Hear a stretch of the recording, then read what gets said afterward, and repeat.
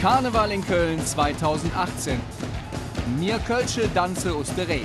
Freuen Sie sich auf Top-Redner wie Guido Kanz. In der ersten Reihe ist ja keiner tätowiert, oder? Nee. Herr Laschet? Ich meine, Platz hätten Sie ja, ne? Aber... Martin Schops. Karneval ist nichts anderes als die Gnade Gottes uns Rheinländern gegenüber, mit der internationalen Idiotie der Menschheit klarkommen zu können. Der Sitzungspräsident. Ich habe zum Beispiel noch nie verstanden, wie man beim Biathlon nur Zweiter werden kann. Ja, man hat doch ein Gewehr. Rumpelstilzchen. Danach kommen die Engländer mit ihrem Abgesang aus Korea, der Uran-Utan von Pyongyang. Bernd Stelter. Kann sich noch jemand an den Wahlkampfslogan von Christian Lindner bei der Landtagswahl erinnern? Nichts tun ist Machtmissbrauch. Dazu jede Menge Musik. Blackfirst, Brings, Cat Ballou, Casala, Höhner und viele mehr. Karneval in Köln, jetzt.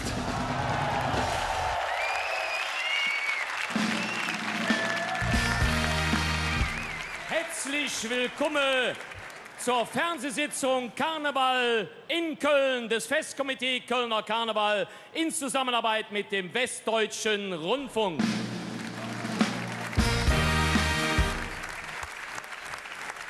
Ein roter Smoking, eine Fliege und blonde Haare. Hier ist Guido Kanz.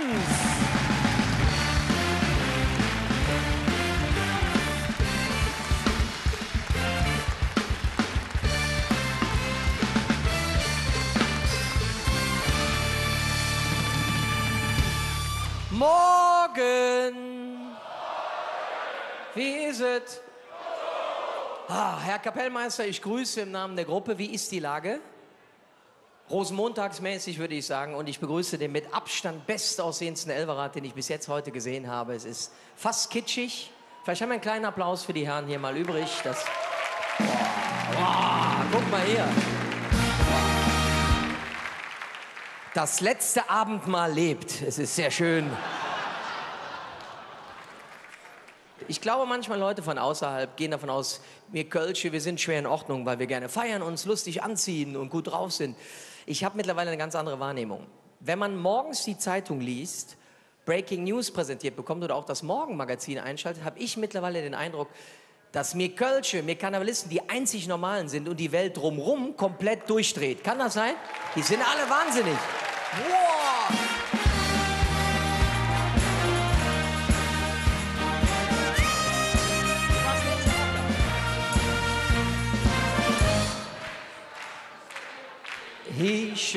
Lass mal Man kann es nicht besser sagen. Letztes Jahr habe ich hier gestanden, da war Donald Trump gerade im Amt. Da habe ich noch gesagt, hoffentlich kommt der Mann nicht auf dumme Gedanken. Heute sage ich, hoffentlich kommt er nicht auf Gedanken. Jetzt mal ganz ehrlich, wie kann man denn als Präsident der Vereinigten Staaten von Amerika aus dem Pariser Klimaschutzabkommen austreten? Herr Trump ist wohl der Meinung, CO2 ist der kleine Bruder von R2D2. Und er hat immer noch eine fixe Idee, er müsse eine Mauer nach Mexiko bauen. Jetzt kommt Realsatire ins Spiel. Ich habe gelesen, dass die Firma, die gerade in Berlin versucht, den Flughafen zu Ende zu bauen, ein Angebot abgegeben hat, um die Mauer nach Mexiko zu errichten. Ist das schön? Als die Mexikaner das gehört haben, haben die sofort 10 Kisten Tequila nach Deutschland geschickt und haben gesagt, da haben wir noch 20 Jahre Zeit. Und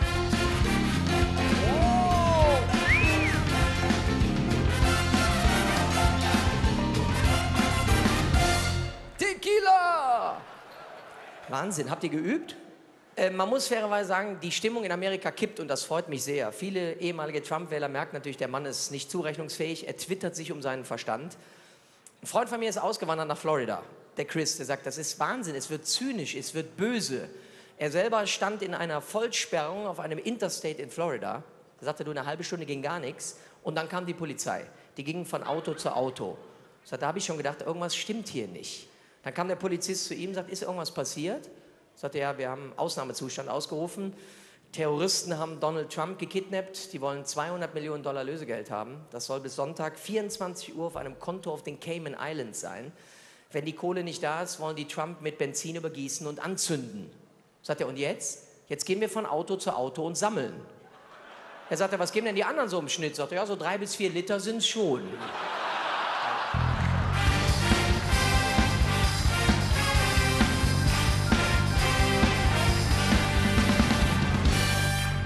Das Schlimme ist nur, wir Deutschen dürfen politisch gar nichts sagen, weil am 24. September, die Älteren von uns werden sich erinnern, hatten wir Bundestagswahl.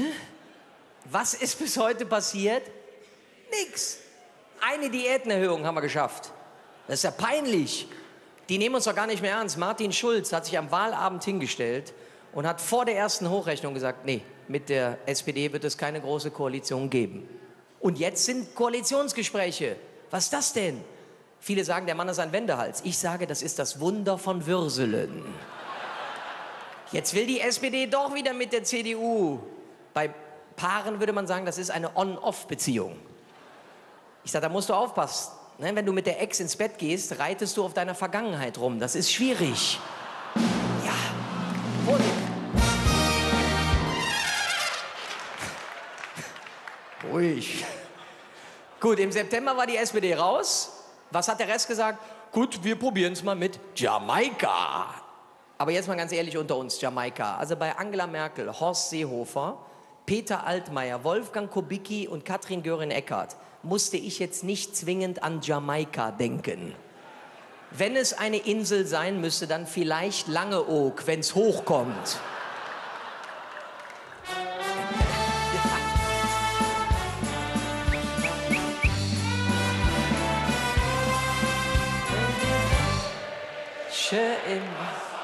Natürlich. Da kam ein Politiker zu mir und hat gesagt, ja, Herr Kanz, Sie reden so locker. Wie soll das denn gehen? Wie wollen Sie die Flüchtlingspolitik der CSU zum Beispiel mit der Umweltpolitik der Grünen kombinieren? Ich sage, naja, keine Ahnung, ich bin kein Politiker, da müsst ihr kreativ sein, lasst euch was einfallen. Da muss man vielleicht sagen, die CSU darf abschieben, aber jeder muss einen VW Diesel mitnehmen. Sowas in der Art vielleicht. Da kommt aber keiner drauf. Und dann nach 4 Wochen Sondierung kam auf einmal mein neuer Freund um die Ecke, Christian Lindner, der Florian Silbereisen der FDP. Und hat ja, es ist doch so, nach 4 Wochen hat er auf einmal gesagt, nee, mit den Liberalen nicht, Jamaika, wir sind raus. Ich dachte, was? Habe ich was verpasst? Verstehen Sie Spaß, mir hat keiner Bescheid gesagt? Was ist da los? Ich habe den erstmal gegoogelt. Klar, Lindner kannte ich natürlich aus den Tagesthemen, aber ich wusste gar nichts. Ich habe da mal geguckt, wo kommt der Mann her? Geboren in Wuppertal, 1979. Er hat eine berühmte Schwester, das wusste ich. Patrick Lindner, das ist ja bekannt, glaube ich. Und bei Wikipedia steht, das habe ich allerdings bis heute nicht verstanden, da steht original, bitte nachgucken, er war Zivildienstleistender und Reserveoffizier bei der Luftwaffe. Hä? Ich habe das bis heute nicht verstanden. Wahrscheinlich hat der Essen auf Rädern mit dem Tornado über Seniorenheimen abgeworfen. Ja.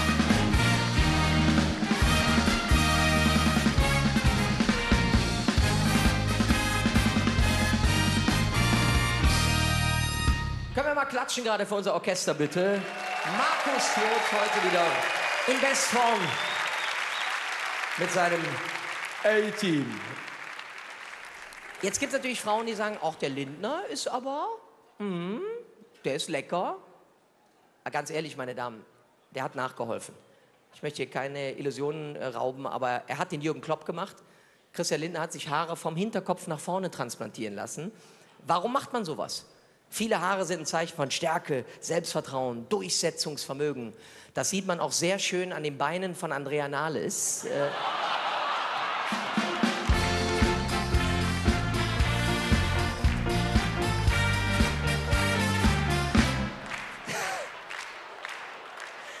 Wie kannst du denn an der Stelle, ich habe 3 Haare auf der Brust, da kriege ich auch Gänsehaut. Super. Tolle Frau, wirklich. Wie unsere Kanzlerin auch. Angela Merkel, nicht? Problem ist, man hört gar nichts mehr. Ich mache mir ein bisschen Sorgen. Es ist sehr ruhig geworden. Die Raute schweigt. Ja. Mutti will, glaube ich, noch mal Kanzlerin werden. Das wäre natürlich eine Lebensleistung. Überleg mal, 4 Amtszeiten mit 3 Hosenanzügen musst du erst mal schaffen da auch. Aber, ja, die Frage ist, wann kriegen wir endlich mal ein paar neue Gesichter? Was Frisches. Guck doch mal nach Österreich, da geht's doch auch. Haben wir Österreicher heute Abend hier im Gürzenich? Wo? Grüße, Servus. Grüß dich. Ihr habt einen Bundeskanzler, der ist, glaube ich, 12 oder so. Geht auch. Sebastian Kurz, ja super. Der jüngste Regierungschef der Welt. Der ist so jung. Als er zum Antrittsbesuch nach Berlin gefahren ist, ist bei Angela Merkel die Milch eingeschossen. So jung.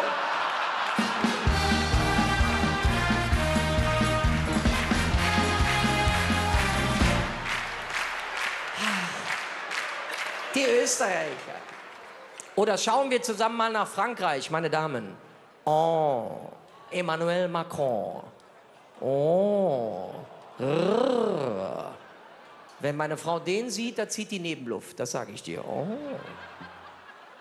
Toller Mann, nicht, oder? Der hat seine Französischlehrerin geheiratet. Das wäre mir nicht passiert, aber sie ist 25 Jahre älter als er. Wenn du das auf Deutschland übertragen würdest, hieß das, Angela Merkel wäre mit Oliver Pocher verheiratet.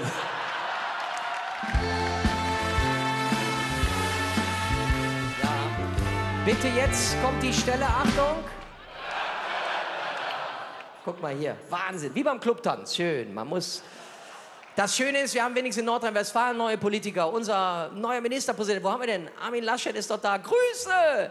Heute übrigens nicht alleine, er hat seine Dienstaufsichtsbehörde mitgebracht. Ihre Frau ist mit dabei? Da ist sie, die Landesmutter, Susanne Laschet, ich freue mich sehr. Die sind beide hier, ja, ist doch toll. Der Laschet greift an. Wir sind in Nordrhein-Westfalen ganz weit vorne. Ja, Nummer 1, auch was den Stau angeht. Super. Wir haben mittlerweile Pendler hier in Nordrhein-Westfalen, die haben ihren Hauptwohnsitz auf der A3 angegeben, weil die stundenlang... Tipptopp. Ja, bei uns läuft's, oder? Wow, wir sind fast schuldenfrei. Ja, fast. Gut. Die Oper ist fast fertig. Also... fast und super Stimmung in Köln. Freunde, wartet in Köln, jedet nur hey. Guck mal, unser oberster Karnevalist, Christoph Kuckelkorn, der hier für Stimmung sorgt, ist im normalen Leben Bestatter. Wo so jedet nur in Köln, jedet so jetzt. Er hat mir noch gesagt, weißt du Guido, der Rosenmontag so, eine Beerdigung ist gar nichts groß anderes. Bei beiden Veranstaltungen werden Blumen geschmissen, das ist schön. Und der wichtigste Wagen ist am Schluss, das ist so, aber... Das ist Köln, weißt du, wir haben gute Laune, hier kann man Spaß haben. Wie kann man uns Kölner beschreiben? Wenn ich zu meinem besten Kumpel Joachim sagen würde, hör mal Joachim, du wolltest mir im Sommer 50 € wiedergeben, da würde der sagen, ja und zieh du eine richtige Sommerwoche, einfach nicht. So sind wir drauf, wir sind begeisterungsfähig. Wir haben einen Fußballverein, der seit 25 Jahren mal wieder Europapokal gespielt hat. Wuhu! Ja! Dummerweise haben die in der Bundesliga eine Zeit lang aufgehört zu spielen, aber dabei war alles in Ordnung mit dem 1. FC Köln. Toni, wir hatten einen österreichischen Trainer, Peter Stöger, es war super. Jetzt ist der Mann, ja, der Mann ist aber jetzt in Dortmund, so ist das Geschäft knallhart. Der Stöger war noch Anfang der Saison bei uns in Köln, im Rewe einkaufen, stand an der Kasse. Da sagte die junge Frau, Herr Stöger, sammeln Sie Punkte? Sagt das sehr witzig, das ist lustig, ja, witzig, ja. Ein Wahnsinn. Nein, aber Köln ist vorbildlich. Ich bin gerade draußen angesprochen worden im Foyer von einem aufgeregten Herrn. Der war aber ein bisschen komisch drauf und sagt, ich kenne Sie doch hier. Sie sind doch der ganze Guido. Habe ich gesagt, so ähnlich? Ja. Sagt er, ich komme gar nicht aus Köln. Sag ich, das hört man gar nicht, das ist sympathisch, ja. Mhm. Dann war der so ein bisschen aggro, sagt, warum sind denn Sie heute Abend schon wieder hier bei der ARD so, bei der Fernsehsitzung? Hat das eventuell was mit Klüngel zu tun? Ich sage, wir haben in Köln noch nichts mit Klüngel zu tun. Auch dass Markus Groth mit seinem Orchester jedes Jahr bei der Fernsehsitzung spielt, hat nichts mit Klüngel zu tun. Auch dass immer dieselben im Elberrad sitzen, also auch ich gerne hier bin. Darf ich erzählen, warum ich hier bin? Wir müssen das unseren Gästen von außerhalb vielleicht kurz erklären, warum bin ich heute Abend hier. Sagen wir so, vom Programmgestalter, die Frau, deren angeheiratete Cousine kennt einen Busfahrer. dessen Nachbar mit einer russischen Spätaussiedlerin verheiratet ist, deren Schwiegervater gleichzeitig Patenonkel vom Neffen des Schwibschwagers der Großtante väterlicherseits ist, die wohl denselben Steuerberater zu haben scheint wie der ehemalige Chef vom Flughafen Köln-Bonn, Michael Gavens. Und da der im selben Golfclub Mitglied ist wie unsere Oberbürgermeisterin Henriette Reker und die bei den Heimspielen des FC zufälligerweise neben unserem Chef, Karnevalisten Festkomiteepräsident Christoph Kuckelkorn sitzt, hat der mal über Beziehungen über den Polizeipräsidenten beim Intendanten des WDR, Tom Boro, nachfragen lassen, ob der nicht einen kennt, der mal kurz in der Lanxess Arena bei Stefan Löcher fragen könnte, ob der mein Büro mal anrufen könnte, ob ich heute Abend am Rosenmontag hier im Gürzenich vor ganz vielen netten, tollen Leuten, einer Dame aus Österreich und einem Herrn aus Wuppertal auftreten kann. Das hat doch nichts mit Klüngel zu tun.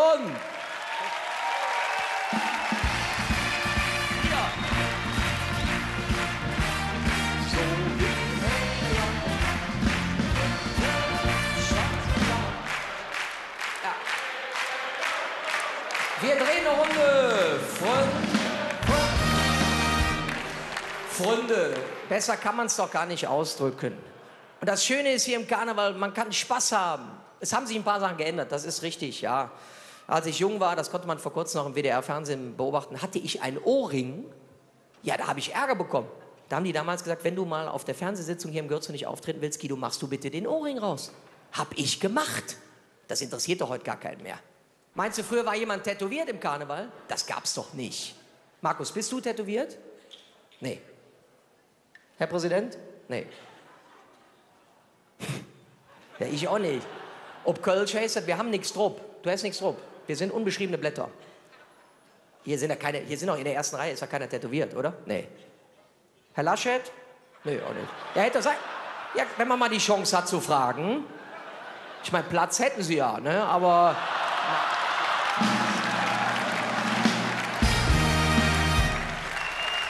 Bitte.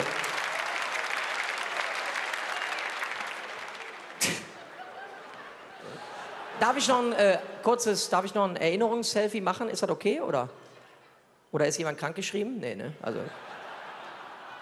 Machen wir mal kurz. Das wird toll. Warte mal. Ey, nee, ihr könnt euch entspannen. Alles gut. Könnt ihr irgendwas machen da hinten so? Vielleicht kurz? Ja. Hört man nicht. Hier vorne. Das ist kein Ton, nur. Aber heute haben wir Telefone mit Gesichtserkennung. Wart mal ab, in 10 Jahren haben wir einen Apparat mit Lügendetektorfunktion. Da freue ich mich schon drauf. Wenn Siri schon hört am Klang deiner Stimme, ob du die Wahrheit sagst oder nicht. Toll bei Politikern oder auch als Familienvater. Du sitzt abends mit deiner Frau beim Essen, legst heimlich das Telefon irgendwo hin, schaltest es ein und dann kommt dein Sohn nach Hause. Du sagst, oh, Jason Rüdiger, schön, dass du da bist. Wie war's in der Schule? Und der guckt dich an und sagt, nee, Schule war so voll krass gut. Und sofort schlägt der Lügendetektor an. So, jetzt habe ich dich.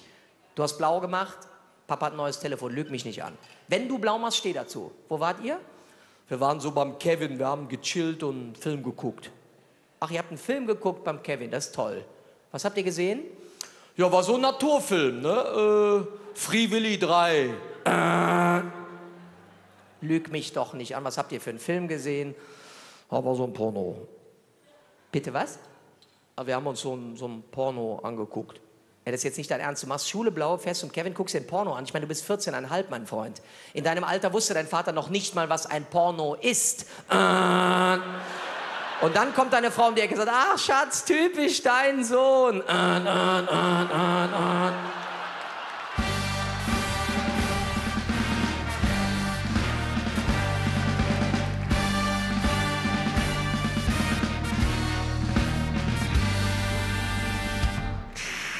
Ich bin dein Vater. Das hat dummerweise Heino mal zu mir gesagt, aber wir machen das jetzt so, wir nehmen die gute Laune heute Abend aus dem Gürzenich mit in den Alltag und tut mir eingefallen, wir laufen alle nur noch mit Scheuklappen durch die Gänge und überall rum. Das ist traurig, wir müssen mal wieder ein bisschen Spaß machen, macht mal ein bisschen Blödsinn. Ich habe das ausprobiert vor 3 Tagen hier in Köln, das geht immer. Ich bin zu 2 Männern hingegangen und habe gesagt, boah, ihr beide seid doch eineige Zwillinge.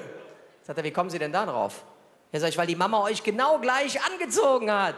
Sagt er, hören Sie auf mit dem Blödsinn, geben Sie die Fahrzeugpapiere und den Führerschein raus, was soll das?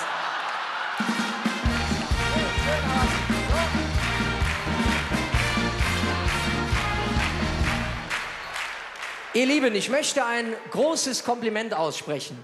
Ich bin ja nun auch viel unterwegs, aber wenn ich wählen müsste zwischen der Bambi-Verleihung im November in Berlin und dem heutigen Abend hier Rosenmontag in Köln, kann ich nur sagen, die nettesten Lüg Trüsse beim Fastelovend in Köln. Danke fürs Zuhören, Madet Jod, Kölle Alaf!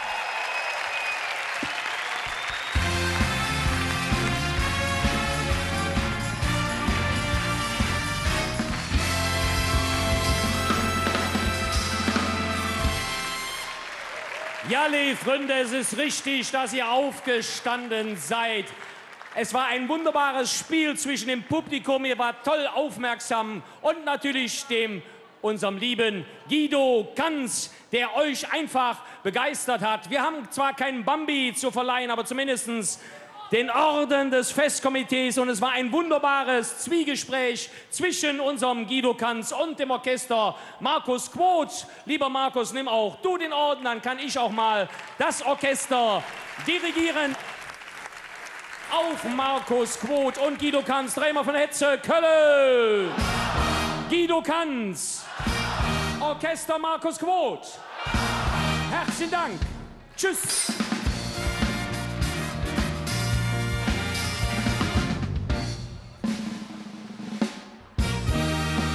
Und ich darf begrüßen Karl-Heinz Brandt, Charlie Brandt, alle kennen ihn von der Gruppe Der Räuber. Er ist quasi jetzt im Ruhestand, aber er hat uns und der Gruppe Räuber so tolle Titel geschaffen in der Vergangenheit.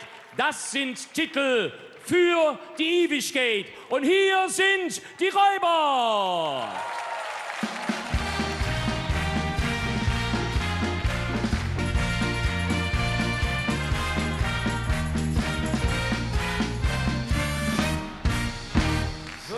Schönen guten Abend, die Räuber grüßen euch. Geht es euch gut? Wir lieben in diesem Jahr, da sind wir Räuber besonders romantisch, denn wir 5 hier oben, wir glauben immer noch an die ewige Liebe. Und passend dazu haben wir euch den Titel mitgebracht, den würde ich euch jetzt gerne einmal vorsingen und dann bin ich gespannt, ob ihr das Ding von alleine singen könnt. Und das Ganze geht immer folgendermaßen. Oh, oh, oh, oh, oh, oh. Oh, oh, oh, oh, oh, für die Ewigkeit. Und ihr? Oh, oh, oh, oh, für die Ewigkeit. Leute, ich weiß, wir haben heute Rosenmontag, aber so ein bisschen mehr Elan wäre gar nicht so verkehrt. Könnt ihr alle mal die Arme ganz weit nach oben nehmen? Klatscht uns einen Rhythmus. Und jetzt bin ich gespannt, wie laut ihr wirklich seid. Oh.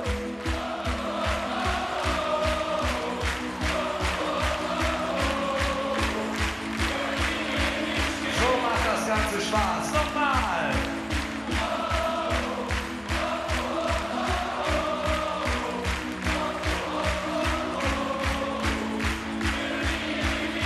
Hier ist euch für die Ewigkeit.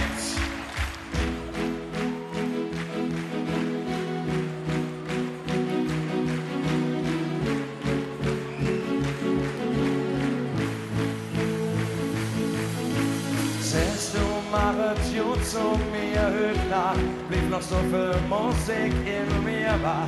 Was soll ich machen, denn du bringst mich jetzt zum Lachen. Ich hätte nie gedacht, dass das passiert, dass es dir genauso wie man geht. In Dinge Ohren, da hab ich mich jetzt verloren. Ja, das ist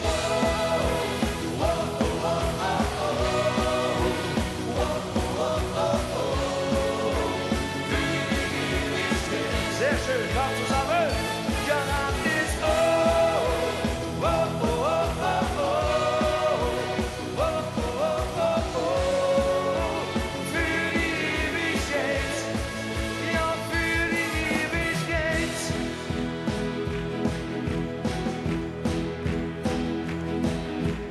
Ich möchte mit dir durch das Leben, ja, mein Zimmer neben dir aufstehen. Das ist besonders und ich möchte das nie wie anders. Denn du bist ist für mich das große Glück.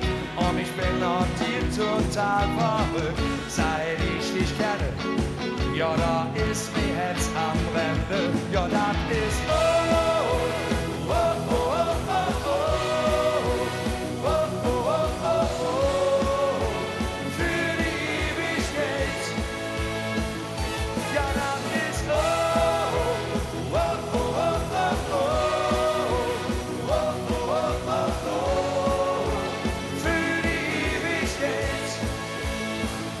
Wie lang das mit uns durchweht, von bis in die Ewigkeit. Sag's mir, wie schön die Liebe ist, bis du lebst, da wirst du vermisst. So Leute, ihr seid dran, ja, das ist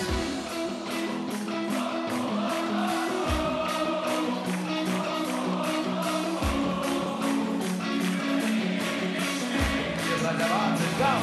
Ja, das ist oh, oh, oh, oh, oh, oh, oh, oh, oh, oh, für die Ewigkeit. Ja, das ist oh, oh, oh, oh, oh, oh, oh, oh, oh, für die Ewigkeit. So, und jetzt ihr nochmal. Ja, das ist oh, oh, oh, oh,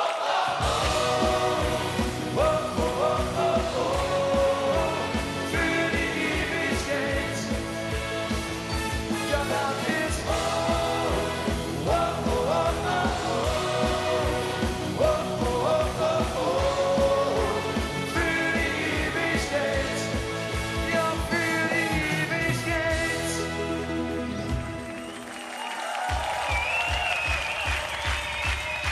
So Leute, jetzt bin ich mal gespannt, ob ihr den Text alle drauf habt.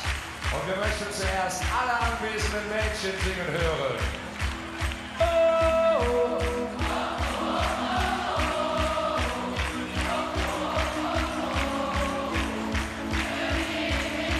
und jetzt die Herren der Schöpfung, Herr Laschet.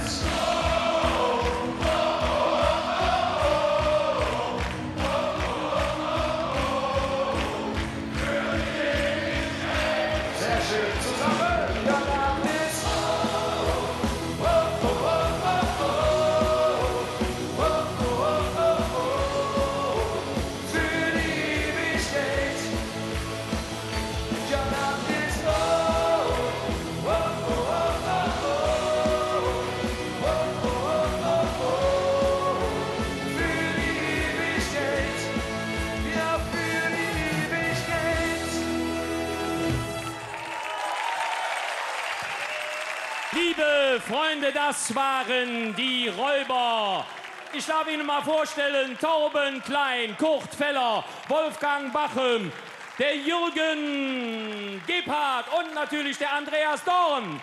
Alles zusammen die Räuber. Seit über 25 Jahren schenken sie uns tolle Hits, weil sie ein Händchen für Melodien haben. So auch besonders in diesem Jahr. Es sind halt Lieder für die Ewigkeit.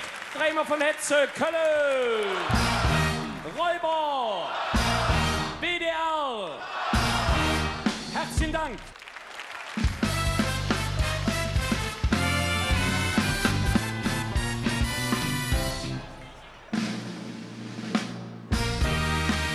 Wir erwarten nun einen Redner, meine sehr verehrten Damen und Herren, der Furore gemacht hat in den letzten Jahren. Und er ist ganz Buffe angekommen in der Rednerriege. Freuen wir uns auf Martin Schops.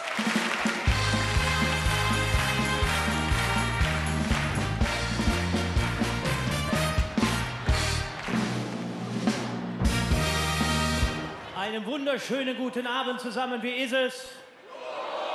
Das freut mich zu hören. Ein sehr, sehr schönes Bild ist das hier. Ich freue mich endlich wieder, 5. Jahreszeit, endlich wieder Gürze, nicht endlich wieder kostümierte Menschen. Ich habe im letzten Jahr etwas getan, was ich zuvor noch nie getan habe. Und zwar eine Solotour gewagt. Da war ich mal in anderen größeren Städten außerhalb des Rheinlands unterwegs. Und als ich denen voller Stolz davon erzählt habe, dass ich in allererster Linie in Köln im Karneval auftrete, haben die teilweise angewidert das Gesicht verzogen und gesagt, Karneval ist doch nichts anderes als Saufen und Fremdgehen zu schlechter Musik. Das musste ich mir sagen lassen von Leuten, die Oktoberfest feiern. Und dann habe ich mir mal Gedanken um dieses Fest hier gemacht. Und ich bin zu dem gegenteiligen Schluss gekommen und sage, Karneval ist nichts anderes als die Gnade Gottes uns Rheinländern gegenüber, mit der internationalen Idiotie der Menschheit klarkommen zu können.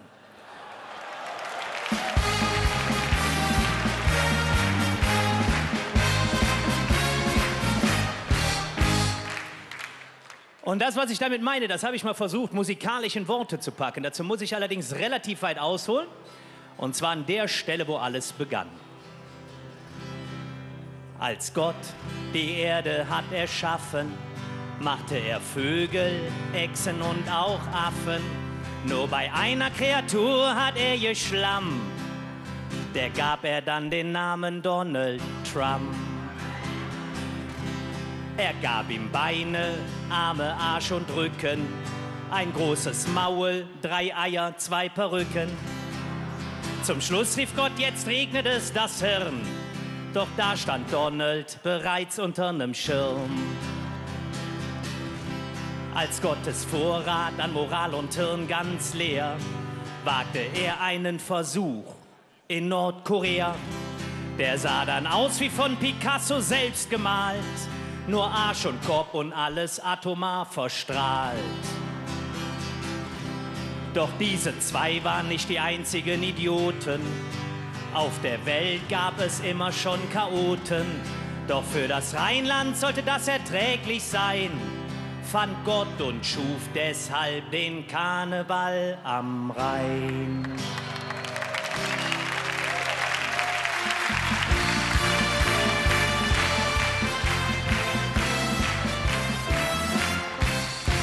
So, jetzt wissen wir auf jeden Fall schon mal, warum wir das Ganze hier feiern. Ne? Das gerade war ja auch eine Melodie aus dem Bereich Karneval. Ich höre gerne schon mal Lieder so quer durch alle Musikrichtungen. Dabei ist mir zuletzt was aufgefallen, und zwar, dass es sehr, sehr viele Lieder gibt, die vom Text nur zu einer bestimmten Zeit an einen bestimmten Ort passen.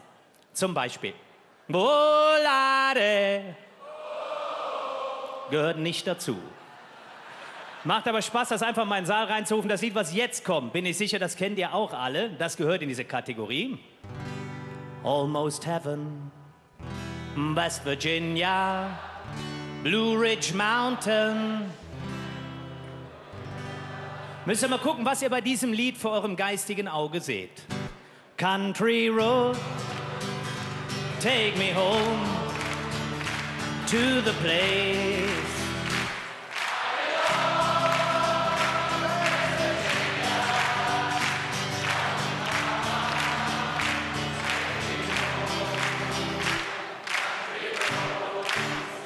Und was habt ihr gesehen? Mich, ja, danke.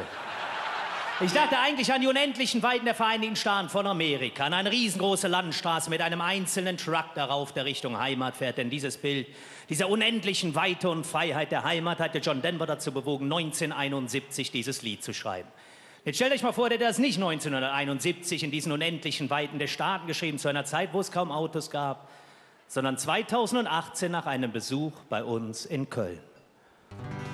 Always Stau hier, Dreieck-Heuma, die ganze Stadt lahmt, als hätte sie Rheuma. Kalker-Tunnel ist seit Jahren schon im Bau, alles wird gesperrt, Notarbeit kein Sau.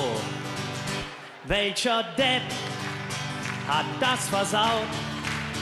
Für diesen Mist zahlen wir bald Maut.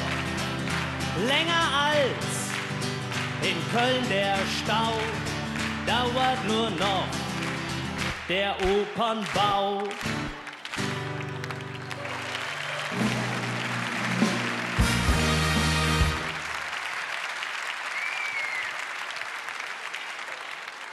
Dankeschön. Ich muss leider Gottes auch jeden Tag auf dem Weg zur Arbeit über den Rhein. Ich wohne im Rechtsrheinischen, arbeite im Linksrheinischen als Lehrer an einer Berufsschule. Hurra. Stehe ich jeden Morgen im Stau. Meine Schüler stört das nicht sonderlich. Kann man verstehen, ne? Beschäftigen sich in dem Alter natürlich lieber mit anderen Sachen. So, habe ich neueste iPhone. Ey, habe ich überhaupt schon genügend Tattoos? Und im Moment ist ganz wichtig bei den Jungs in der Klasse, habe ich genügend Frauengeschichten, die spektakulär sind. da sind tatsächlich so ein paar spektakuläre dabei. Ich habe zuletzt mal ein Gespräch mitbekommen. Stand Marcel und Nico zusammen, beide 20 Jahre alt, Originalgespräch. Hey, Alter! Alter, ich schwöre, ich habe jetzt eine neue Freundin, ey, die ist schon 48 Jahre alt. Boah, Alter, du bist pervers. Überleg mal, wie alt das ist, 48 Jahre, ey, das könnte deine Mutter sein. Originalantwort von Nico, ich weiß so, ist aber deine.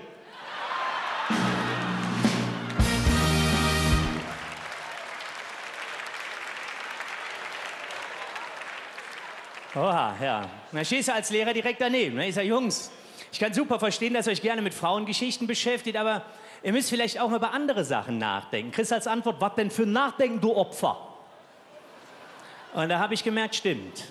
Wir wissen auch teilweise gar nicht mehr so genau, was das ist, Nachdenken. Ne? Ich sage, Jungs, Nachdenken, das ist sowas wie Google, nur krasser. So mit dem eigenen Gehirn, müsst ihr mal ausprobieren.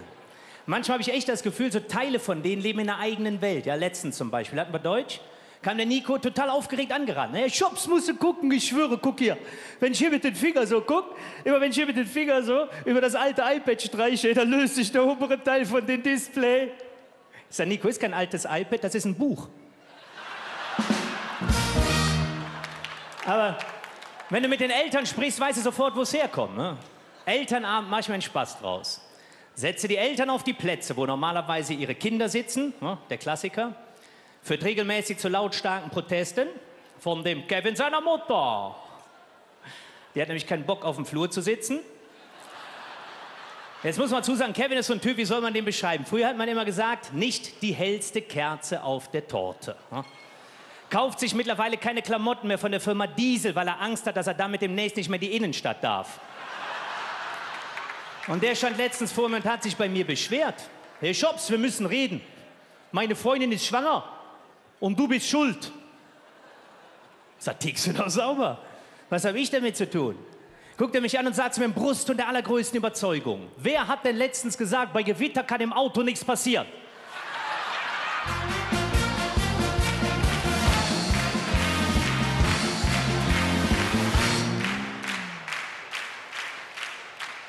Autsch, ja.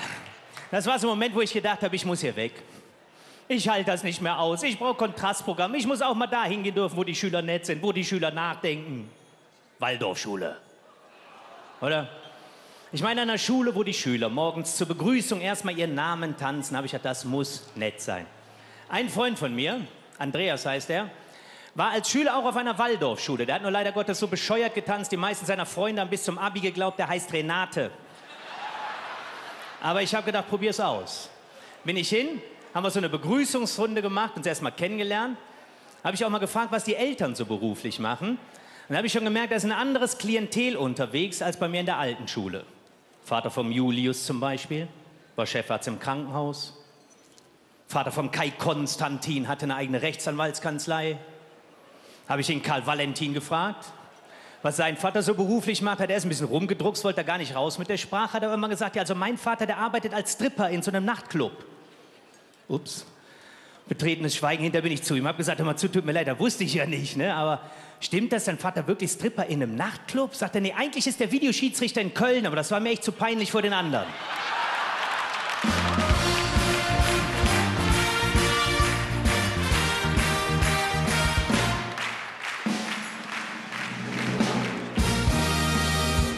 Hat er nicht ganz unrecht, ne? Aber alles in allem sind mir meine alten Schüler doch lieber ein bisschen bekloppt, aber irgendwie auch ganz cool. Wir hatten vor nicht allzu langer Zeit mal BOJ. Ist das bekannt, was das ist? Abkürzung für Berufsorientierungsjahr.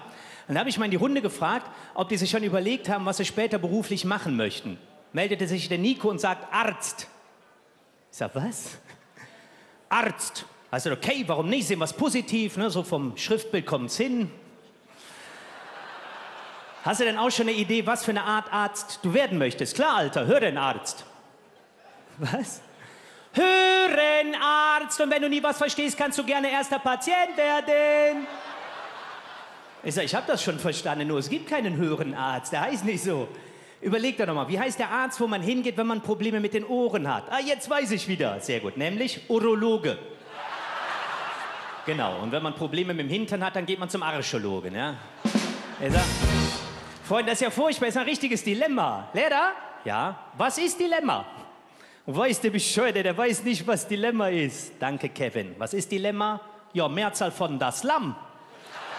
Ja, genau. Und die Mehrzahl von das Schwein ist Meerschwein. Hm? Ich sag, Dilemma bedeutet, du bist in der Bredouille, in einer Zwickmühle, in einer ausweglosen Situation. Egal, was du machst, es führt definitiv nicht zum gewünschten Resultat. Verstehst du? Nö. Hast du Beispiel? Ja, habe ich Beispiel. Ich sag, stell dir einfach mal vor, du liegst nackt, komplett nackt in deinem Bett. Links neben dir liegt eine Traumfrau. Und die ist auch nackig. Alter. Dilemma ist ein anderes Wort für geil. Nein, geht noch weiter. Der liegt ja nur links neben dir. Rechts neben dir liegt ein Teilnehmer vom Christopher Street Day. Auch nackig. Und der hat ein Auge auf dich geworfen. Hat der Lehrer, willst du mich flachsen? Ist doch klar, für wen ich mich entscheide. Wo ist Dilemma? Er sagt, das Dilemma ist jetzt die Frage, wem von den beiden drehst du deinen Rücken zu?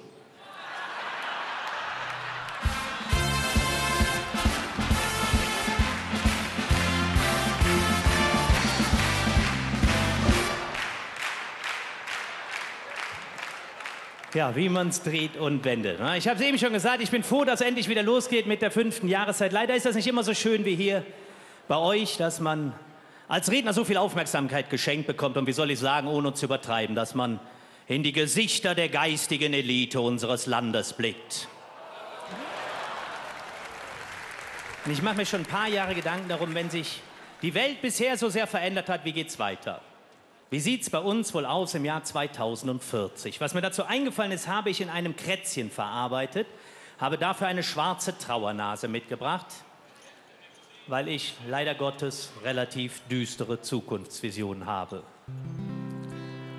2040 wird in den Nachrichten gesendet, Koalitionsverhandlungen endlich beendet, neue Regierung zieht alle Register, Willi Herren ist neuer Bildungs- und Boris Becker Finanzminister. Wegen ihrer Wortwahl wurde Andrea Nahles erste Ministerin für Asoziales. Weitere Fachkompetenzen in Sicht? Leider nicht. Die Leverkusener Autobahnbrücke ist endlich saniert. War nur Spaß. Wollen ja nicht übertreiben hier. Erster Pfeiler einbetoniert. Zumindest hätte man ihn beinahe bestellt. Zu wenig Geld. Notdürftig zusammengepflegt. Zum Test Rainer Kallmund darüber geschickt. Bekam man die Brücke noch mal zu Gesicht? Leider nicht. Jubiläumsfeier von Silikon. Michaela Schäfer feiert 100. Brustimplantation. Carmen Geis wurde für 50 Jahre Plastik im Fleisch. Die gelbe Tonne in Gold überreicht. Sophia Wollersheim bei OP, Nippel ab. Entschuldigung, abgenippelt. Reinkarnation ging in die Hose. Wiedergeburt als Tupperdose. War sie wenigstens in dem Zustand ganz dicht? Leider nicht. Aus England haben wir vernommen, Prinz Harry hat einen Sohn bekommen. Der Klein wurde unter Komplikationen geboren, hing im Geburtskanal fest, Großvaters Ohren. Probleme beim Austritt in England bekannt. Drum haben sie das Kind Little Brexit genannt. Gingen die Sailing Ears wieder fort? Leider not. Das ist eine englische Strophe. Florian hat mit Helene Schluss gemacht. Jetzt rennt die mit dem Rollator atemlos durch die Nacht. Auch die Geissens mussten sich trennen, das dachte ich nie. Robert wurde krank, Silikonallergie. Selbst Boris und Lilly sind nicht mehr ein Paar. In der Nachbarschaft so viele Kinder mit fussigem Haar. Hatten die Pens wenigstens Mutters Gesicht? Eine Nachricht haben wir mit Freude vernommen. Bayer Leverkusen hat endlich einen Titel gewonnen. Im Saisonfinale strotzten sie vor Kraft. Gewannen gegen Schlebusch die Stadtmeisterschaft. Der FC erreichte durch einen knappen Sieg den ersten Titel in der Champions League. Glaubt ihr, dass das der Wahrheit entspricht? Letzte Strophe. Sprachwissenschaftler haben entdeckt, dass viele alte Lieder politisch unkorrekt. Du schwarzer Zigeuner, singt man nicht mehr. Das Lied heißt jetzt bei Dunkelheit schwer zu erkennender Rotationseuropäer. Ein anderes Lied wurde für junge Moslems aufgepeppt. Statt kein Schwein ruft mich an, heißt kein Lamm schreibt WhatsApp. Nur 2 Wörter pro Stunde, der ganze Klav. Kölle Allah. Vielen herzlichen Dank, das war sehr, sehr schön bei euch. Ich wünsche euch noch eine wunderschöne Sitzung, einen wunderschönen Rosenmontag. Feiert schön, macht's gut. Tschüss zusammen.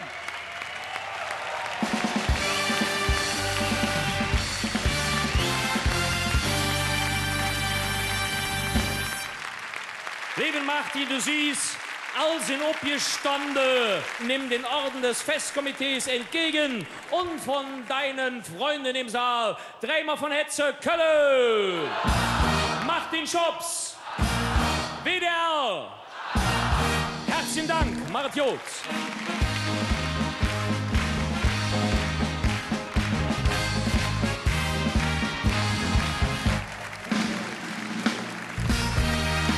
Und jetzt dürfen Sie raten, wen ich jetzt ankündigen darf, nämlich die musikalischen Botschafter weit über die Grenzen von Köln hinaus. 6 Buchstaben, H-Ö-H-N-E-R, die Hühner.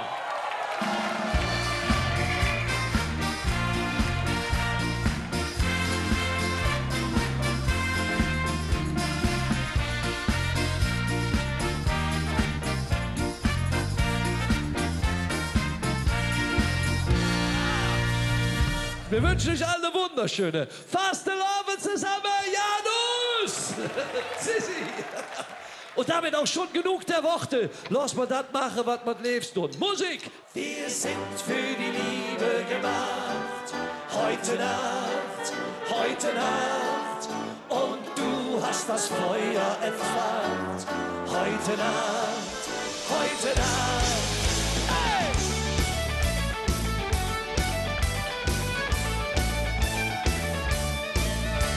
Am ersten Tag, da schuf der Herr den Himmel und die Erde. Am zweiten Tag, da sagte er ganz laut, es werde Licht.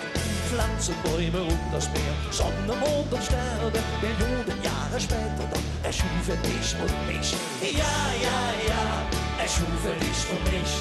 Ja, ja, ja, erschuf er dich und mich. Dich, dich und mich. Wir sind für die Liebe gemacht. Heute Nacht, heute Nacht. Und du hast das Feuer entfacht. Heute Nacht, heute Nacht. Sie ist wunderbar, sie ist für uns da, weil wir beide uns so gut verstehen. Ohne Liebe wär das Leben halb so schön. Hey!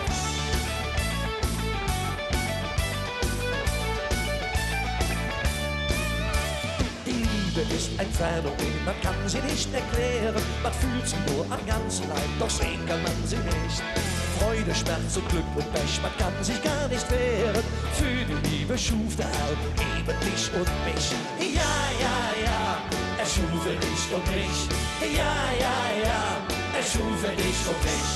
Dich, dich und mich. Wir sind für die Liebe gemacht. Heute Nacht, heute Nacht. Und du hast das Feuer entfacht. Heute Nacht, heute Nacht. Sie ist wunderbar, sie ist für uns da, weil wir beide uns so gut verstehen. Ohne Liebe wär das Leben halb so schön. Die Erde braucht den Regen, die Pflanzen brauchen Licht.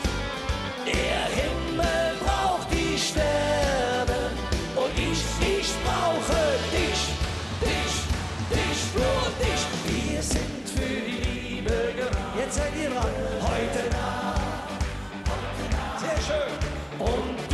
hast das Feuer entfacht. Wir sind für die Liebe gemacht, heute Nacht, und du hast das Feuer entfacht, heute Nacht. Sie ist wunderbar, sie ist für uns da, weil wir beide uns so gut verstehen. Ohne Liebe wär das Leben halt so schön.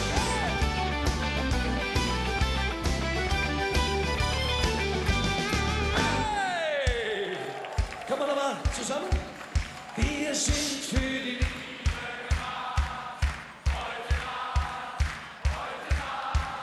Und du hast das Feuer entfacht.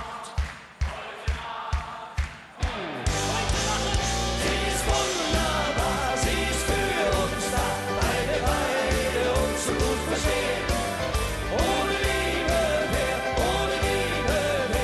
das Leben halt so schön.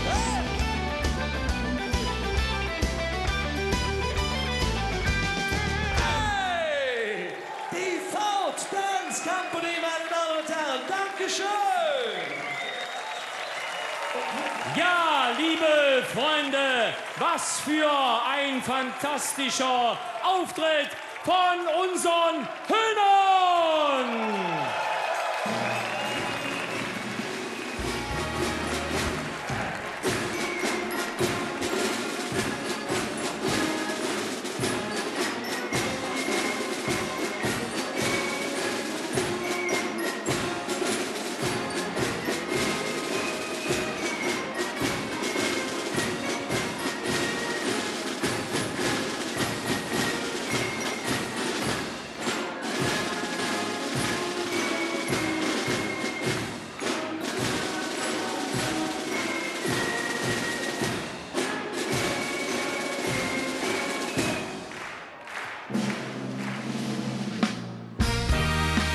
Ja, liebe Freunde, zu einer kölschen Sitzung gehören Tanzgruppen und Traditionschors. Und hück obgetrocke sind wir mit einem Traditionschor, und zwar dem Traditionschor, das in dieser Session das Kölner Dreigestirn stellt. Es ist die Nippeser Bürgerwehr, und ich übergebe das Wort an den Kommandanten. Lieben Markus, du hast das Wort. Schönen Dank, Herr Präsident. Die Nippeser Bürgerwehr ist abgetrocknet, bisschen Spaß und Freude in der Saal zu tun und der dummer traditionsgemäß Zets mit kölsche Tönen in Orange und Wies. Gespielt vom Stabsmusikzug der Bürgerwehr unter der Leitung von Walter Clemens und André Schneider, Junge Lotjon.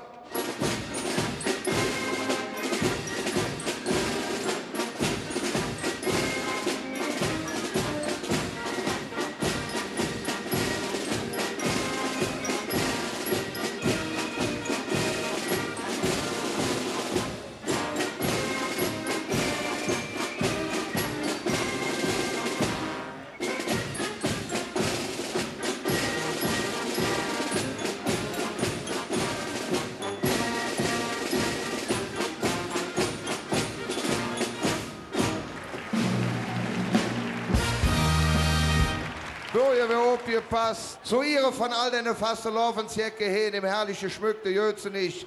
Aber ganz besonders für den Präsidenten des Festkomitees Kölner Karneval, Christoph Kuckelkorn, wird jetzt präsentiert. Präsentiert hat die Wehr.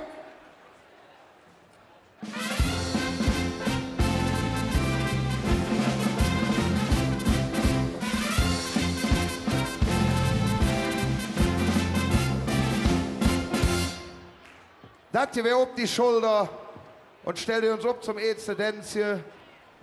Wache, Tanz!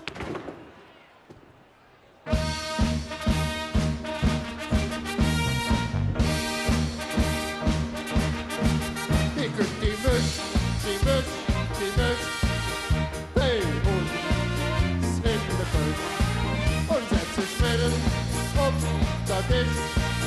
Die Misch, die Misch, die Misch, was will die Misch? Ein Misch für den Dorf.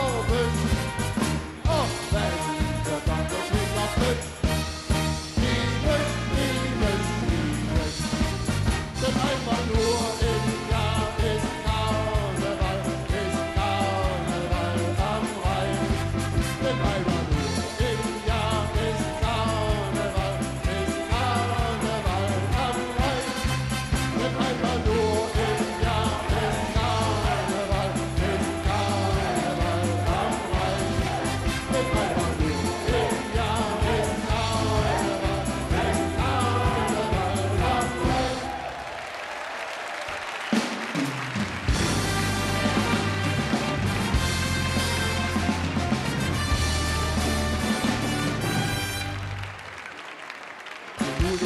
Julika aus Budapest, die hat ein Herz vom Afrika, das keinen Ruhe lässt.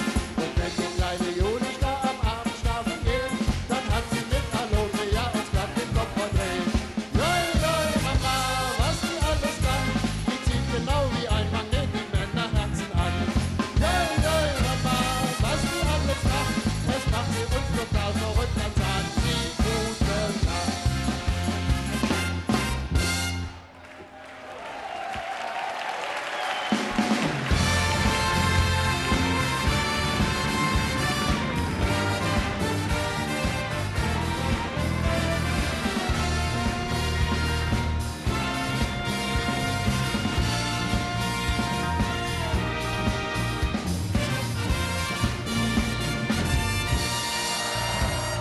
Liebe Markus, herzlichen Dank. Liebe Freunde, das ist das Richtige, was zu einer kölschen Sitzung gehört. Traditionschörer und Hück, die Nippeser Bürgerwehr.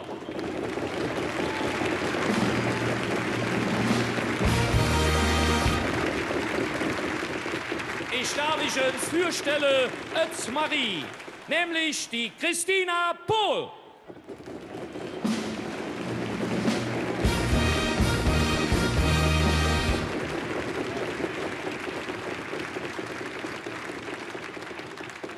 Schmiest das Mädchen rob. Ein duftender Gruß und ein Bützchen.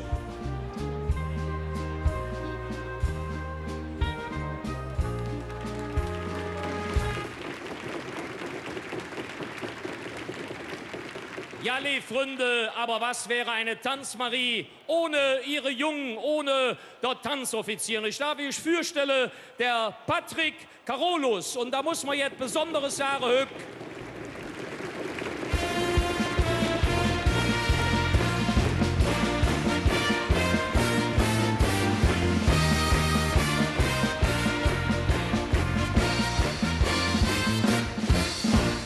Lieben Patrick, kommen Sie her, du kriegst natürlich auch die Orde.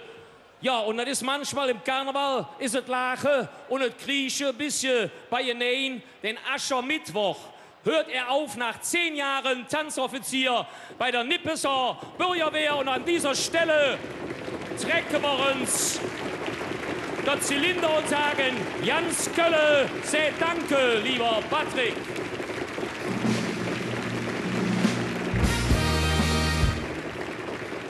Lassen wir ausrufen auf die Nippeser Bürgerwehr und auf den Patrick. Drehen wir von Hetze Kölle. Nippeser Bürgerwehr. Patrick Carolus.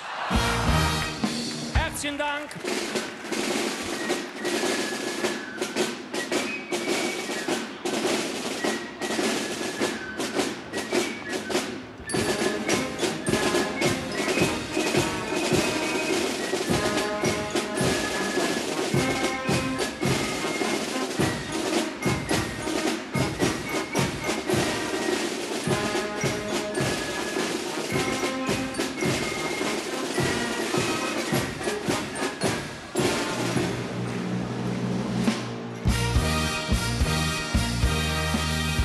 Liebe Freunde, Karneval heißt zum einen Tradition, aber man kann nicht auf einer Stelle stehen bleiben, sondern man muss auch Fortschritt zeigen.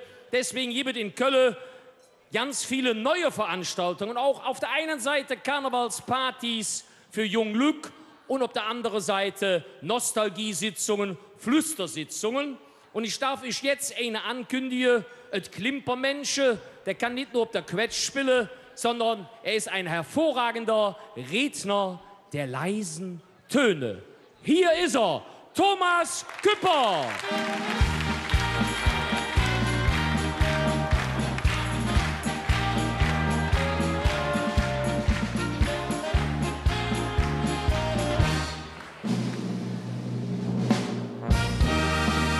Hochverehrte Festversammlung, liebe Damen und Herren, Sie glauben ja nicht, was ich froh bin, dass ich hier bin. Fastelovend. Gott sei Dank. Ich bin immer froh, wenn die Tage vorbei sind, zwischen Weihnachten und Neujahr. Ja, obwohl, wenn man jetzt mal überlegt, wenn man früher noch abklärt, wer die Schwiegermutter nimmt, da kann der heilige Abend ganz nett werden. Ne? Wir treffen uns dafür immer am Totensonntag. Ja, da können wir immer auf der Tisch. Da sind Nieten drin und die Schwiegermutter. Und wer die zieht, der Kritze, hillig offen. Wir hatten sie. Eingeladen nachmittags für den Kaffee, so gegen 4, halb 5, erfolgte die Zustellung um 12:13 Uhr mit den Worten, tut es so, als wenn ich ja nicht da wäre, zog sie ein. Und ich habe das dann gemacht. Jetzt wurde es 3:30, 3:45, wurde meine Frau jetzt kribbelig und nervös. Und da sagt sie, jetzt könntest du ihr den Mantel aber langsam mal abnehmen. Ja?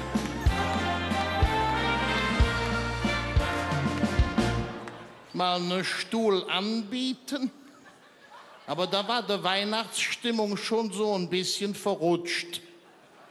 Und jetzt hatten meine Frau und ich auch noch abgesprochen, wir schenken uns nix. Und bei Männern ist nix. Ja. Bei Frauen ist nix eine Kleinigkeit. Ja. Und so bin ich dann an einen Schrittzähler gekommen. Ja. Eine Bewegungsmelder hätte er auch getan. Ja, ist gut. Nun, irgendwann kam dann natürlich die Wortmeldung von Seiten meines Altargeschenkes, ich hätte mich schon über eine Kleinigkeit auch gefreut. Ich sag, rächt dich um Gottes Willen nicht ab. Ich mache es an der Schwiegermutter all wieder gut. Für die hatte ich nämlich einen Gutschein besorgt. Hey, beim Bestattungshaus Kuckelkorn. Ja, und wie sie dann gesehen hat, dass der auf 14 Tage befristet war. Liebe Gott.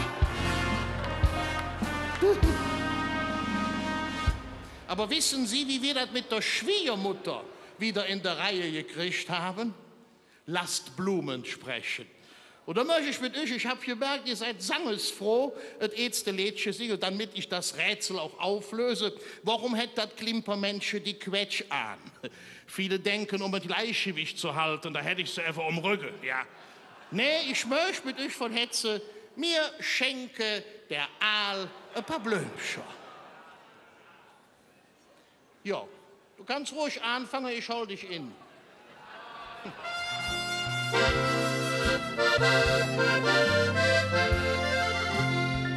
In ganze Veedel ist die Aalfrau Schmitz bekannt.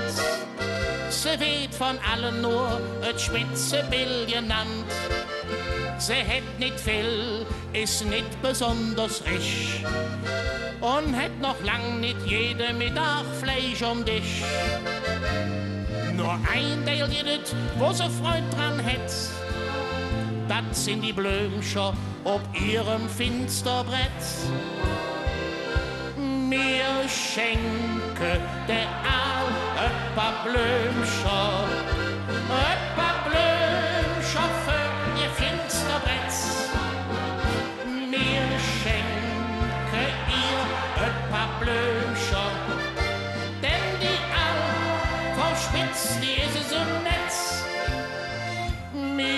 schenke der all ein paar Blümchen. Ein paar Blümchen für ihr Finsterbrett. Mir schenke ihr ein paar Blümchen, denn die all verschwitzt, die ist so nett.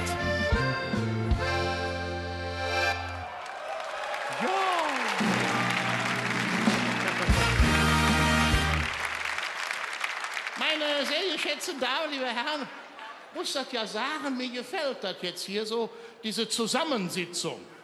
Kennen Sie das? Frauen und Männer, alle zusammen, Jüngere und welche, die schon was länger da sind. Das gibt es auch einzeln. Es gibt so Damensitzungen und Herrensitzungen, ja.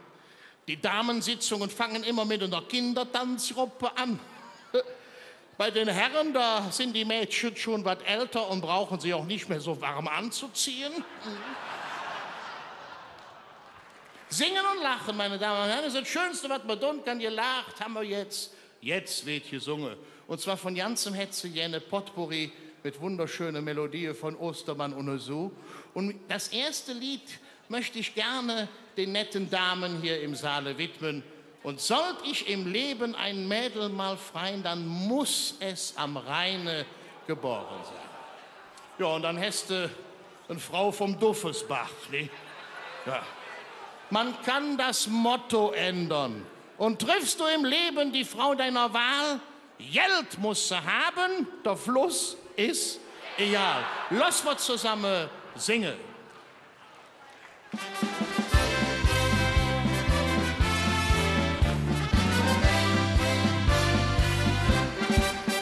Und soll dich im Leben ein Mädel mal freien, ja, da muss es am Rhein nur geboren sein. Und soll ich im Leben ein Mädel mal freien, ja, da muss es am Rhein nur geboren sein. In der Kajers Nummer 0 steht ein Steinarschol und da haben wir drin studiert. Unser Lehrer, der ist Weltsprung und verfälschtes Kölsch, da haben wir beigelehrt. Und da haben wir wieder hin und her Verlat, da haben wir zu dem Lehrer gesagt, nee, das wissen wir nicht wie, ganz bestimmt nicht wie, das haben wir nicht studiert. Denn wir waren beim Lehrer Welsch in der Klasse, da haben wir so jetzt nicht gelehrt. 3 mal 0 ist 0, blieb 0, wir waren in der Kajers in der Schule. Denn wir waren in der Kajers in der Schule. Och, was war das früher schön, doch in Kolonia. Wenn der Franz genießt normale Kobersch ging, wenn der Winter nimmer Polonia, still vor Jüdisch und Heimweg an so Knutsche fing. La la la la la, einmal am Rhein und dann zu zweit alleine sein. Einmal am Rhein, ein Gläschen Wein im Mondenschein. Einmal am Rhein, du glaubst, die ganze Welt ist dein, es lacht der Mund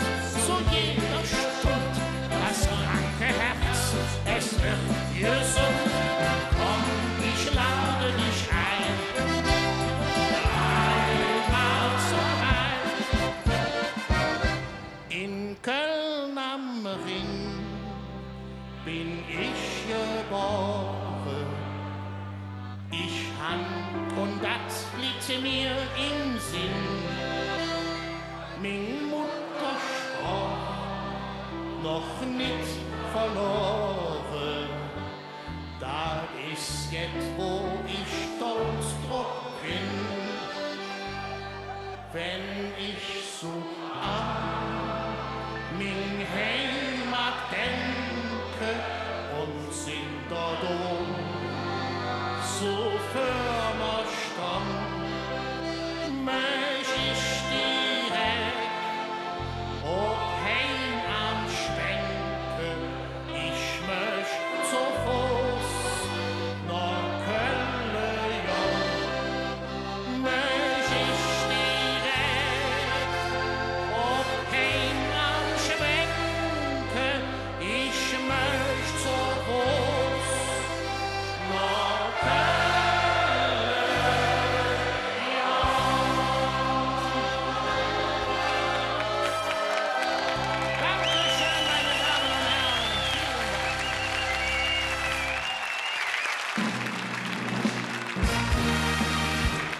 Ja, liebe Freunde, et Klimpermensche, herzlichen Dank unserem Thomas Küpper. Dreimal von Hetze Kölle. Thomas Küpper, Festkomitee. Herzlichen Dank, Marit Jobs.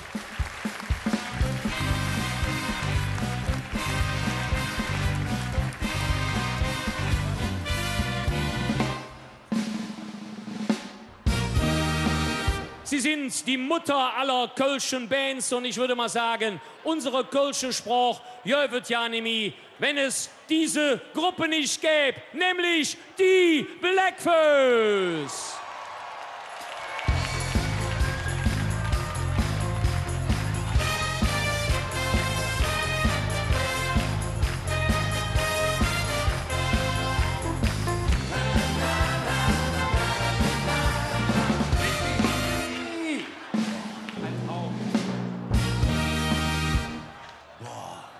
Gut, bevor wir den ersten Ton singen, würde ich ganz gerne hier zwei relativ neue Gesichter vorstellen wollen. Zu meiner Linken, von euch rechts, der Pitt Hupperton. Und dieser nette junge Mann, der spielt seine zweite Session bei uns jetzt hier, Mirko Bäumer. Schönen guten Abend zusammen. Und weil es die zweite ist, darf ich auch direkt das erste Lied singen. Du kannst anfangen, wenn du möchtest. Kein und Problem. tun wir um diese Uhrzeit noch mal was für unsere Gesundheit und trinken wir alle gemeinsam ein Wasser. Das beste Wasser der Welt, das Wasser von Köln. Funktioniert immer besonders gut, wenn alle mittrinken. Seid ihr dabei? Ja, versprochen dir. Okay. Oliver Jagd, gib uns Wasser. Denn Jans Köln hält durch. Oliver Jagd, gib uns Wasser und hilf uns in der Not. Pass auf, geht los! Min Blumen lassen alles hängen. Wer hilft in der Not? Die Wellen sind nicht ist wie Eck am Schengen. Der Junge hält sich schon gut. Und so viel Schande over Ding. Unsere jeden Ton. Die Waschmaschine, ich bin total verrückt. Unten hält der Minstall gut. Min Philipp entwickel ich abends im Ring. Und geht ja schon, dann da ist alles hin. Und wenn wir abends so dort Dünnschiss haben, mit Löwe Finger dran. Oh, das Wasser von Köln ist jo. Jo, jo, schmeckt so jo. Das Wasser von Köln ist jo. Jo, jo, das so jo. Das Wasser von Köln, Wasser von Köln, das Wasser von Köln ist jo.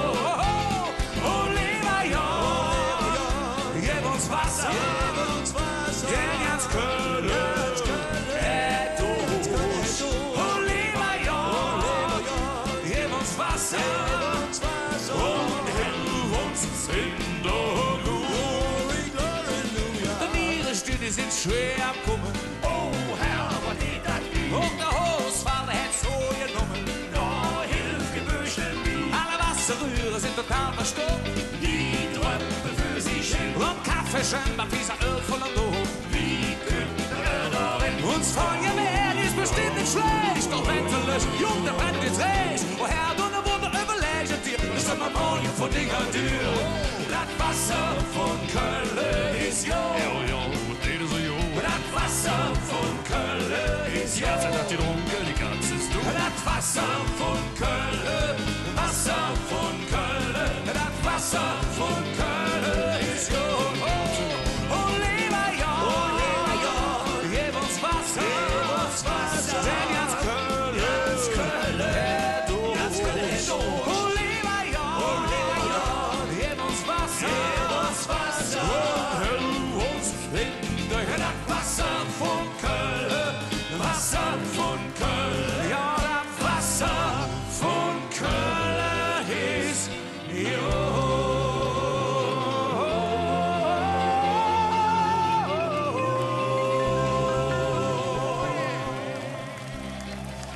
sind noch nicht fertig. Wir wollen euch bitte noch einmal hören. Aus voller Brust. Oliver York, gib uns Wasser, denn Jans Köln hält durch. Und ihr bitte einmal alleine für uns.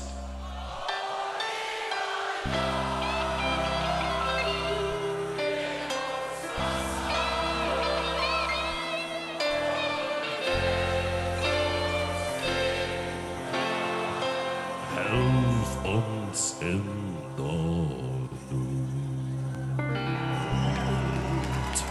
Vielen Dank, ihr Lieben! Herzlichen Dank bei der Blackfoes. Und wie kann man sich am besten bei den 7 tollen Musikern bedanken? Auf uns Fös, Dreimer von Hetze, Kölle, Blackfoes, WDR. Herzlichen Dank, Madet Jod.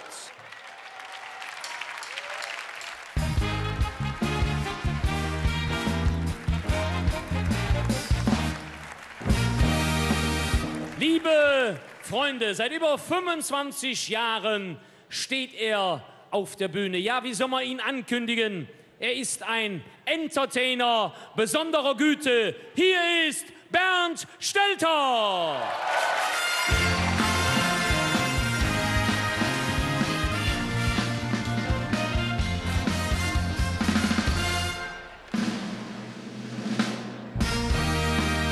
Einen schönen guten Abend. Wie geht's euch? Na, natürlich. Rosenmontag in Gürzenich, da muss es einem gut gehen, ne? Toll seht ihr aus. Klasse, kostümiert, wunderbar. Ja, ich freue mich, dass ich heute Abend hier sein kann. Am Anfang, wie immer, ein kleiner Jahresrückblick. Was ist im letzten Jahr so los gewesen? Naja, das Jahr 2017, da gibt's nicht so viel zu erzählen. Wir hatten wieder keinen Sommer und wir durften mal wieder wählen. Der FC ohne Modeste, aber so viele Talente. Die spielen so stark, dass man dem Gegner erstmal 10 Punkte Vorsprung gönnte. Und was man ansonsten noch erzählen könnte. Regierungschaos bei CDU, FDP und den Genossen. Nur die Diätenerhöhung, die haben sie reibungslos beschlossen. Das war doch wunderbar. In diesem Jahr der Türkei-Tourismus schwächelt, weil die Deutschen ja stornieren. Jetzt muss Erdogan mit dem Handtuch keine Liege mehr reservieren, der liegt alleine da in Antalya. Weiß jemand von euch, wie viele Klagen wegen Beleidigung der Recep Erdogan im Moment so anhängig hat? Wie viele Leute weltweit er wegen Präsidentenbeleidigung verklagt hat? Ich kenne nur die Zahl von heute Morgen. Wahrscheinlich sind es jetzt schon wieder mehr. Heute Morgen waren es 2000 Klagen wegen Beleidigung. Sowas gab es, glaube ich, noch nie. Erdogan selbst ist eine Beleidigung für das Wort Demokratie und das ist wirklich wahr. In diesem Jahr. Und wo wir gerade bei Auslandsreisen sind, Weihnachten unter Palmen, das hat ein Freund von mir versucht. Dann traf ich ihn nachts im Dom. Er hatte Air Berlin gebucht, das war doch wunderbar. In diesem Jahr. Und in Berlin fand auch die skurrilste Geschichte statt. In Plötzensee wurde durchgezählt. 7 Knackis nicht mehr hier. Das war ja auch eine Scheißidee. Im Knast ein Tag der offenen Tür, das war doch wunderbar. In diesem Jahr.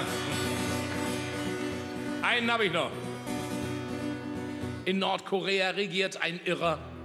Und Donald Trump, der bleibt plemplem. Ach ja, und ohne Holland fahren wir zur WM, das wird doch wunderbar. In diesem Jahr. Ja. Ich habe eine jecke Zahl für euch. 11 mal 11. 121 Tage sind vergangen, seitdem wir gewählt haben. Und, haben wir eine Regierung? Brauchen wir eine? Fällt überhaupt nicht auf, oder? Es fällt überhaupt nicht auf. Ich will ganz ehrlich sein, Jamaika, ja? Jamaika, das hätte mich gereizt. Hätte mich gereizt. Ich war mal auf Jamaika, sehr cool da. Wetter viel besser als hier. Überall am Straßenrand stehen Stände. Da verkaufen wunderschöne Jamaikanerinnen Rumpunsch, am frühen Morgen schon, nachmittags sind die alle breit. Tolles Land, super, hat nicht geklappt. Obwohl der Lindner hat ja noch gesagt, er wäre zu einer Regierungsbeteiligung bereit gewesen, aber nur ohne Frau Merkel. Hä? Hä? Wie soll das denn gehen? Jamaika ohne Merkel, das wäre dann ja No woman, no cry. No woman, no cry. Near the government yard and no woman, no cry. No woman, no cry. Do you remember when they used to sit near the government bei Sondierung? CDU, FDP und die Grünen. Dann kam die große Spaßverlierung. Dass das nicht klappen konnte, das war mir sonnenklar. So geht Jamaika nicht. No Reggae Music und kein Jamaika Rum. Und überhaupt nicht gekifft. No woman, no cry. No woman, no cry. Near the government yard and no woman, no cry. Jamaika vorbei. Ja. Aber hier Fernsehsitzung der ARD im Gürzenich. Das heißt 1336 hochintelligente Menschen, allen IQ von über 150, alle universell gebildet. Da kann ich euch fragen, warum ist das denn schiefgegangen? Warum hat das nicht geklappt mit Jamaika? Was meinen Sie? War es die FDP? War es der Lindner? Ja, ich meine, der Lindner, das war der aufstrebende Stern am Politikhimmel und jetzt jede Woche in den Umfragen 1% nach unten geknüppelt. Aber das wissen wir noch aus der Fernsehwerbung. Jamaika macht das Würstchen. Ja. Was macht er jetzt, der Lindner? Ich habe keine Ahnung. Was macht er? Geht er wieder seinem normalen Beruf nach? Und wissen Sie, was der normale Beruf von Christian Lindner ist? Wissen Sie nicht? Ich weiß es. Er ist ein Model und er sieht gut aus. Wenn er im Porsche durch die Gegend braust. Und ist er in die Radarfalle reingedröhnt. Macht nichts an Schwarz-Weiß-Fotos, sehr gewöhnt. Aber ich muss mich zuerst entschuldigen. Ja? Ich habe ja eben in den Saal geschaut. Und ich habe es gesehen, es sind wirklich so unglaublich schöne Frauen hier. Deswegen möchte ich von vornherein eins klarstellen, nicht, dass ich da missverstanden werde. Ich habe nichts gegen Models. Wahrscheinlich sitzen mir gerade 7 oder 12 gegenüber. Ne, ich habe nichts gegen Models, sie sehen fantastisch aus. Ich bin auch sehr hübsch. Ja, nicht haha. Ich habe gestern noch meine Frau gefragt, ich habe gesagt, Schatz, könnte ich auch ein Model sein? Und meine Frau hat zu mir gesagt, Liebling, du könntest 2 Models sein. So, ja, so.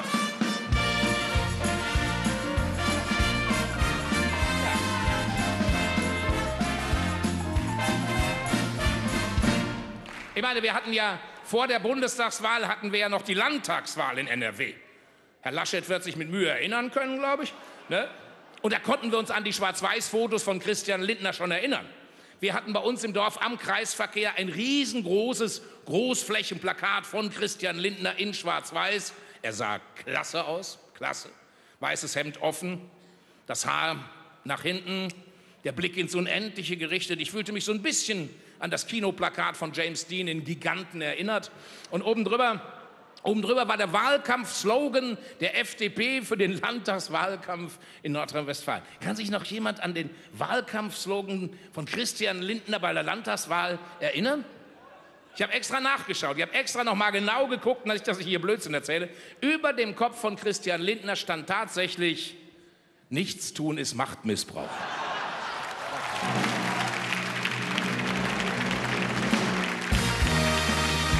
Oder war es die CSU? War es die CSU? Die CSU war zu sehr mit sich selbst beschäftigt. Seehofer gegen Söder, Söder gegen Dobrindt, alle gegen jeden. Und ich meine, das wissen wir noch aus der Pubertät, oder? Wenn du gerade intensiv mit dir selbst beschäftigt bist und dann kommt die Mutti rein, das ist aber auch ein blödes Gefühl. Das ist so, ja. Und der Seehofer, tut mir leid, dem haben sie übel mitgespielt.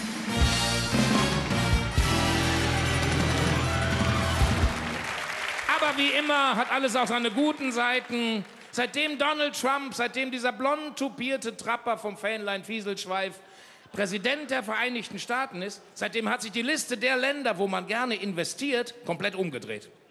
Im letzten Jahr waren die USA noch an Platz 1 und plötzlich in diesem Jahr nur noch an Platz 6. Und was meint ihr, wer in dieser Liste der Länder, wo man international am liebsten investiert, ganz vorne ist? Kaum zu glauben, aber es ist so. Es gibt da dieses Ländchen mit so lustigen Menschen zwischen Alpen und der Waderkant. Das mag man in Tunesien, selbst in Indonesien hängt Schloss Neuschwanstein an der Wand. Es wurde bekannt gegeben, beliebstes Land ist eben unsere kleine Republik. Jeder investiert doch gerne in Husum und in Herne, nur wer hat das nicht mitgekriegt?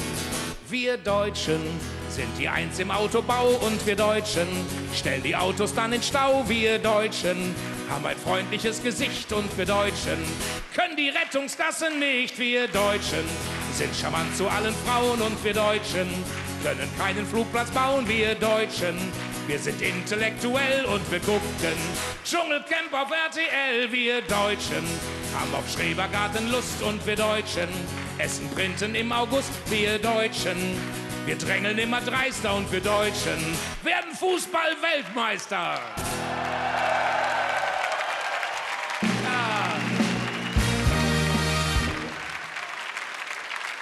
Das wäre dann nach 1962 das erste Mal, dass wieder ein Land seinen Titel verteidigen kann, aber die Chancen stehen gut. Die Chancen stehen sogar sehr gut und der Grund ist ganz einfach. 11 kleine Italiener, die träumten vom Fußballspiel in Moskau und St. Petersburg, denn die WM, das war ihr Ziel. Dann kamen 11 kleine Schweden, warfen sie aus dem Pokal. 4 Wochen Urlaub in Italien ist für andere schick und fein, doch 11 kleine Italiener würden gern in Russland sein. 11 kleine Italiener haben jetzt ein neues Ziel. Luden 11 kleine Niederländer ein nach Rom zum Freundschaftsspiel.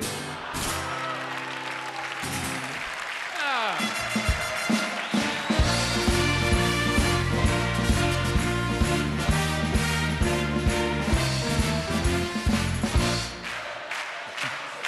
Und wir hatten ein wunderbares Jubiläum.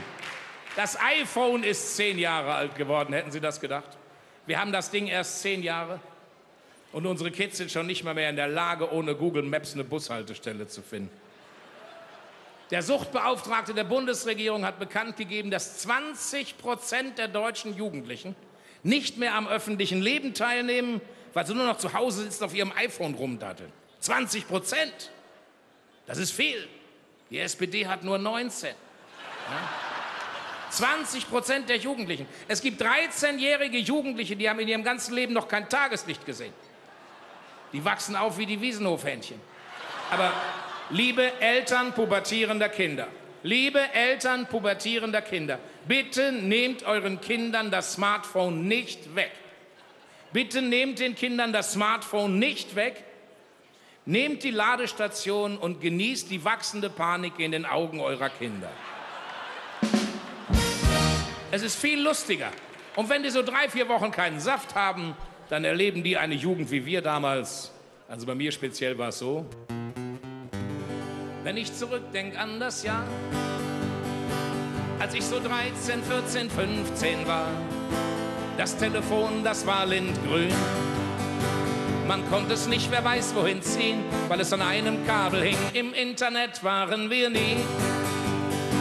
Wir waren draußen, hatten aufgeschlagene Knie. Wir haben stundenlang gekickt, den Fahrradschlauch noch selbst geflickt, die Kumpels nicht nur angeklickt.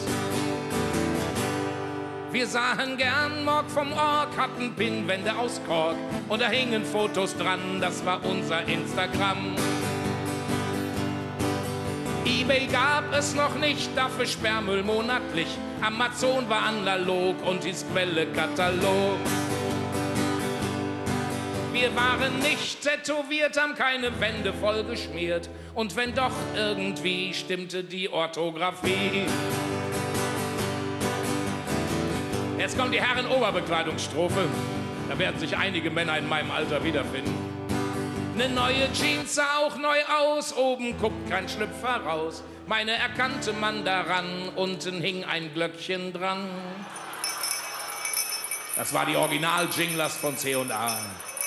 Und wenn deine Jeanshose auf dem Schulhof dieses Geräusch verursacht hat, dann warst du das absolute Mobbing-Opfer auf jedem Schulhof.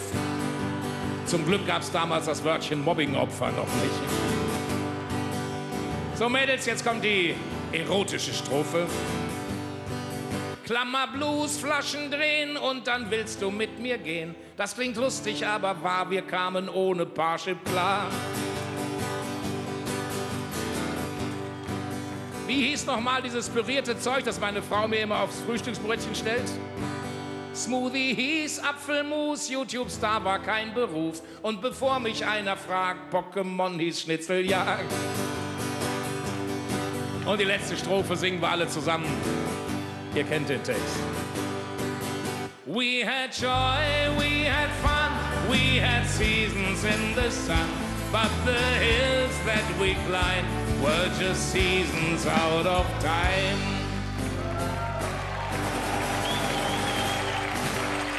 Vielen Dank, Sie waren wunderbar. Feiert schön. Tschüss zusammen.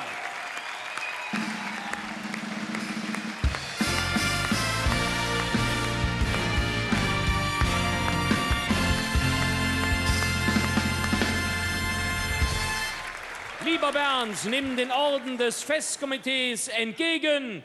Dremer von Hetze, Kölle. Bernd Stelter, WDR. Herzlichen Dank, macht gut.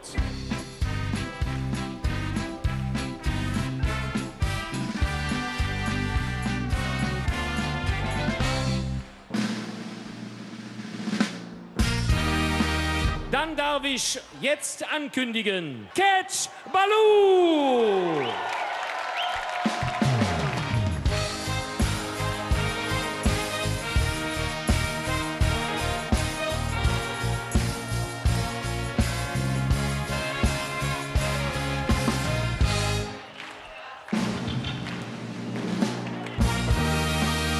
Hallo zusammen, geht's euch gut?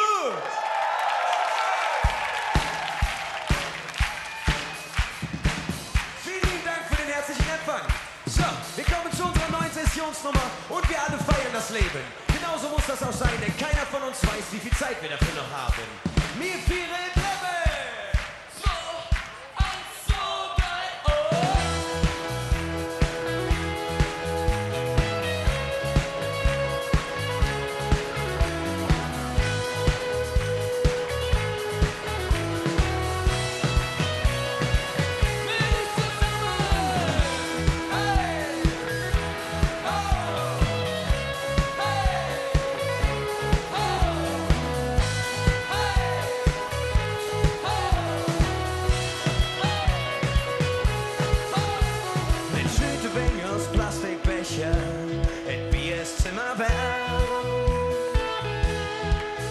Tanzen wir auf der Dächer und du uns der Sonnenaufgang an. Denn ich seh bis auf uns und die Sonne und uns stehen. Mein Gitarre und die Stimme sind die schönste Sinfonie. Wir feiern das Leben, das hält uns zusammen, das will uns keiner nehmen. Wir feiern das Leben, das wird niemals verjahren. Wir feiern das Leben, das hält uns zusammen, das wird uns keiner nehmen. Wir feiern das Leben, das wird niemals verjahren. Wir schwimmen im Meer aus Endorphin und Melancholie. Bilder aus aller Geschichte vergessen wir nie. Als Träume noch Zukunftsmusik war jeder Tag Revolution. Immer all in, rien ne va plus. Wir leben unsere Traum. Wir feiern das Leben, das hält zusammen, das will uns keiner nehmen. Wir feiern das Leben, das wird niemals verjähren. Wir feiern das Leben, das hält uns zusammen, das will uns keiner nehmen. Wir feiern das Leben, das wird niemals verjähren. So, jetzt brauchen wir einmal alle eure Hände. Wo sind sie? Jawohl! Oh, oh, oh. Wunderschön!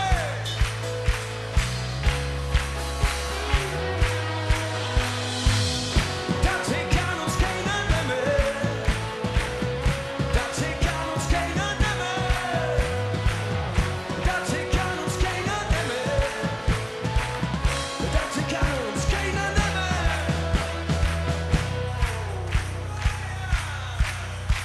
Wir feiern das Leben, das hält uns zusammen, das will uns keiner nehmen.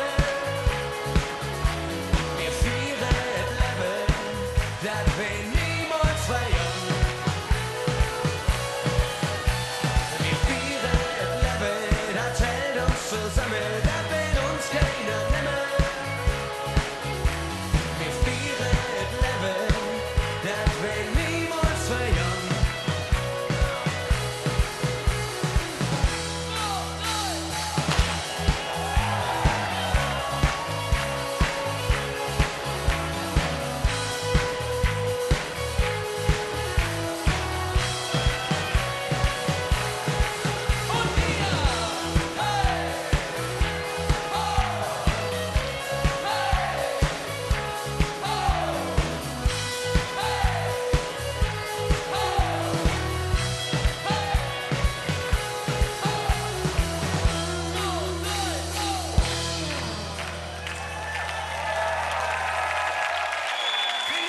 Ja, liebe Freunde, wenn Cat Ballou auf der Bühne steht, steht dann die Welt still. Und es gibt kein Wort, was man zu denen sagen kann, außer, dass es 4 Könige sind. Cat Ballou! Auf Cat Ballou, dreh mal von Hetze, Köln! Cat Ballou! WDR! Herzlichen Dank, tschüss!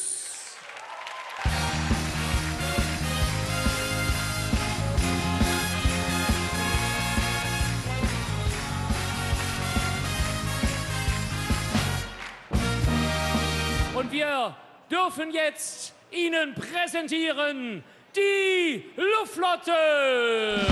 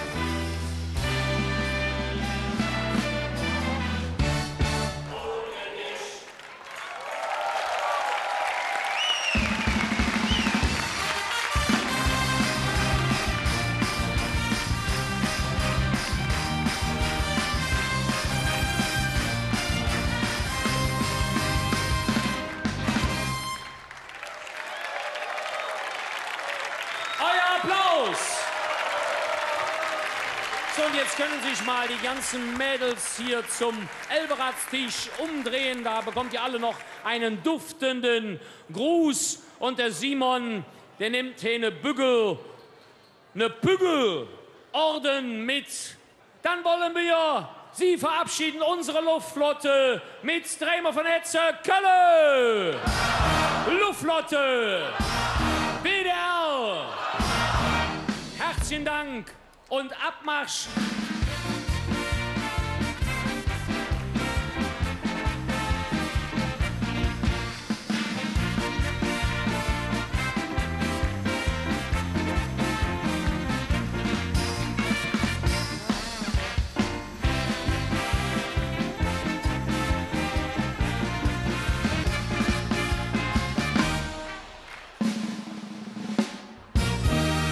Liebe Freunde, seit über 35 Jahren schenken Sie uns tolle Lieder und sie werden immer jünger und dynamischer. Hier sind die Paveier!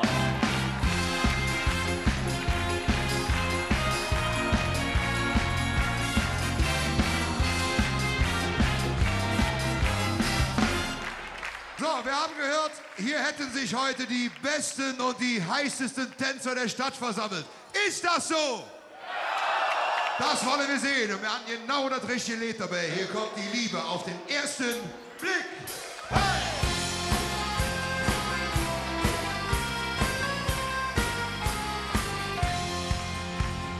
Schau mir in die Augen, Kleines, kennen wir uns nicht?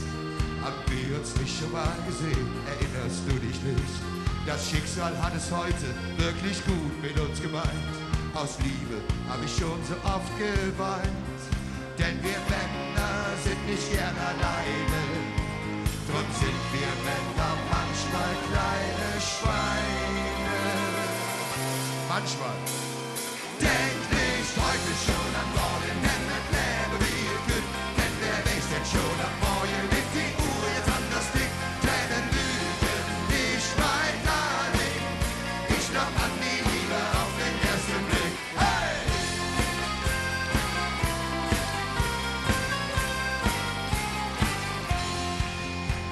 Warum machst du es dir so schwer? Es ist doch grad so schön. Dieser Abend sollte für uns nie zu Ende gehen. Manchmal ist die Liebe eine kleine Sünde wert, auch wenn ihr Frauen das nicht gerne hört. Denn noch Frauen sind nicht gern alleine, drum lieben sie auch manchmal kleine Schweine. Ja, ja, denk nicht heute schon am Morgen, denn das Leben wie ihr könnt. Denn wer weiß denn schon am Morgen, liegt die Uhr jetzt anders dick. Keine Lügen, ich wein gar nicht. Ich glaub an die Liebe auf den ersten Blick. Denk nicht heute schon am Morgen, denn das Leben wie ihr könnt. Denn wer weiß denn schon am Morgen, liegt die Uhr jetzt anders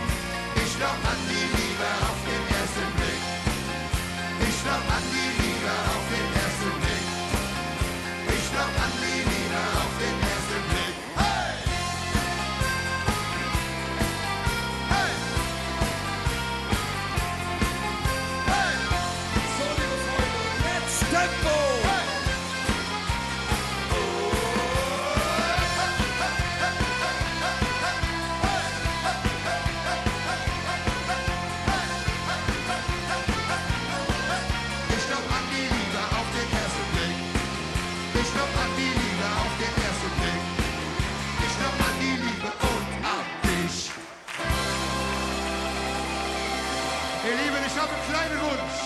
Könnt ihr mir einmal alle Hände hier im Gürtel nicht oben sehen? Oh, das sieht hervorragend aus. Denk nicht heute schon am Morgen, wenn mit Leben wie es könnt. Denn wer weiß denn schon am Morgen, wird die Uhr jetzt anders tickt. Keine Lüge, nicht mein Darling. Ich glaub an die Liebe auf den ersten Blick. Denk nicht heute schon am Morgen, wenn mit Leben wie es könnt. Denn wer weiß denn schon am Morgen, wird die Uhr jetzt anders tickt. Keine Lüge, nicht mein Darling. Ich glaub an die Liebe auf den ersten Blick. Ich glaub an die Liebe auf den ersten Blick. Ich glaub an die Liebe und an dich. Jawohl! Das habt ihr super gemacht. Dankeschön!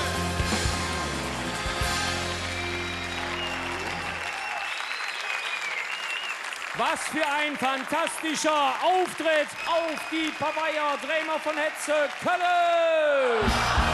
Paveier! WDR! Herzlichen Dank für euren Auftritt. Tschüss!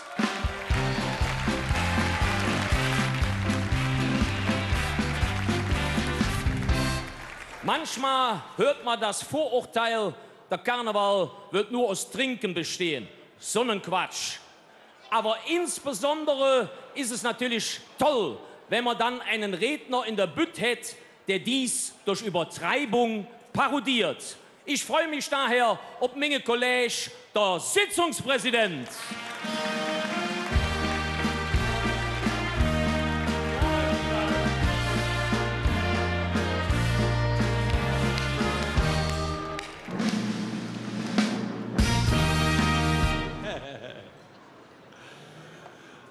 Guten Abend zusammen.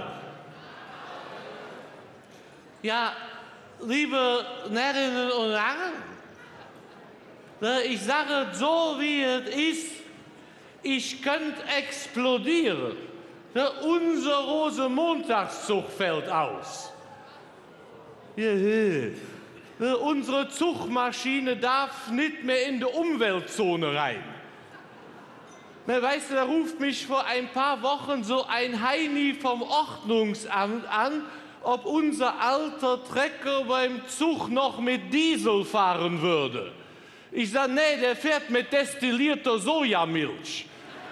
Wir wissen nämlich nicht genau, ob unser Trecker laktoseintolerant ist. Da sagt der Typ, unter diesen Umständen darf der Trecker auf gar keinen Fall mitfahren. Ich sage, das ist überhaupt kein Problem. Wir haben zum Glück noch einen. Der läuft mit einer Biogasanlage.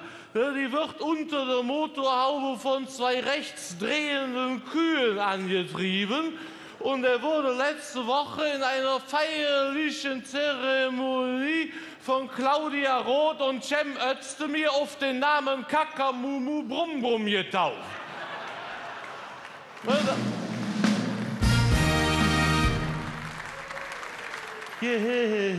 Weil da brüllt der Typ in den Hörer, ob ich ihn verarschen wollte. Ich sage, ja, wer hat denn angefangen?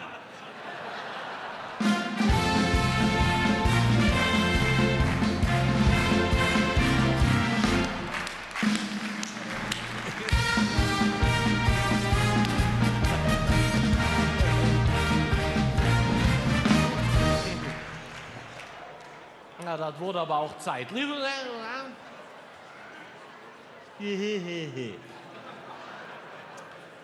ich sage euch, wirklich nur noch Bekloppte um mich rum. Überall nur noch Bekloppte. Na, guck mal, meine Tante zum Beispiel. Na, meine Tante, die ist jetzt 80. Na, und die sagt letztens zu mir, sagt sie, boah, jetzt dürfen bei uns sogar schon 2 Männer heiraten. Na, das ist doch von der Natur nicht gewollt.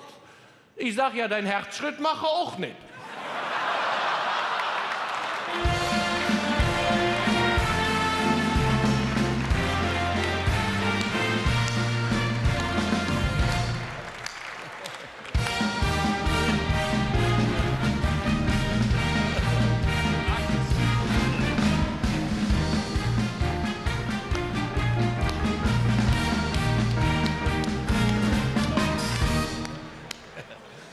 Das Orchester Markus Kurt, liebe Herren und Damen. Auch mal ein Riesenapplaus.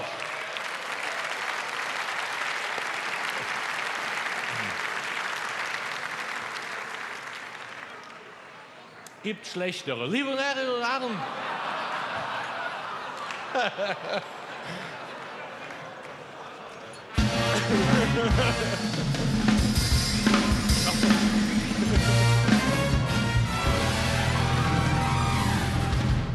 Ich hab das Gefühl, da sitze ich am kürzeren Hebel. Liebe Herren und Damen. Nein, aber, liebe Herren und Damen, Bekloppte haben wir natürlich auch bei uns im Verein mehr als genug. Guck mal, der Hermann zum Beispiel. Der Hermann ist auch nicht der Hellste. Ich sag mal so, wenn es RTL 3 gäbe, der Hermann wäre genau die Zielgruppe. Ja, da freuen Sie sich hier in der ARD. Liebe Herren und Herren.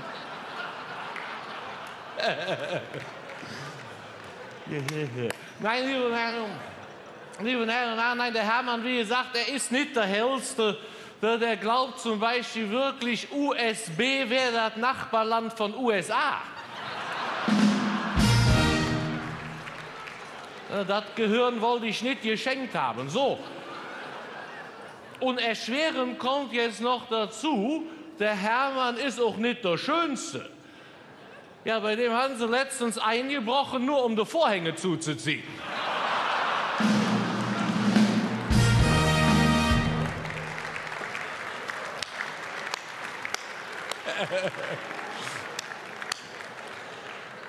Außergewöhnlich guter Witz. Liebe Herren und Herren.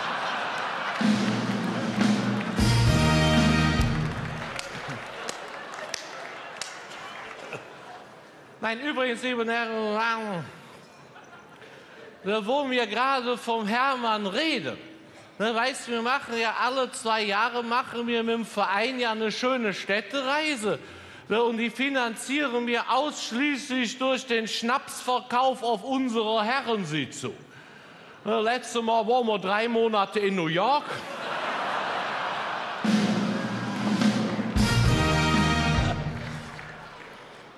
Nein, aber diesmal mussten wir ein bisschen sparen, weil wir hatten auf der letzten Herrensitzung einen massiven Umsatzeinbruch. Uns ist der Junggesellenverein ausgefallen. Ja, da kannst du nicht kompensieren. So, und für die ist dann der Pfarrgemeinderat eingesprungen. Das ist so, als würdest du für den Klitschko den Philipp Lahm in den Ring schicken.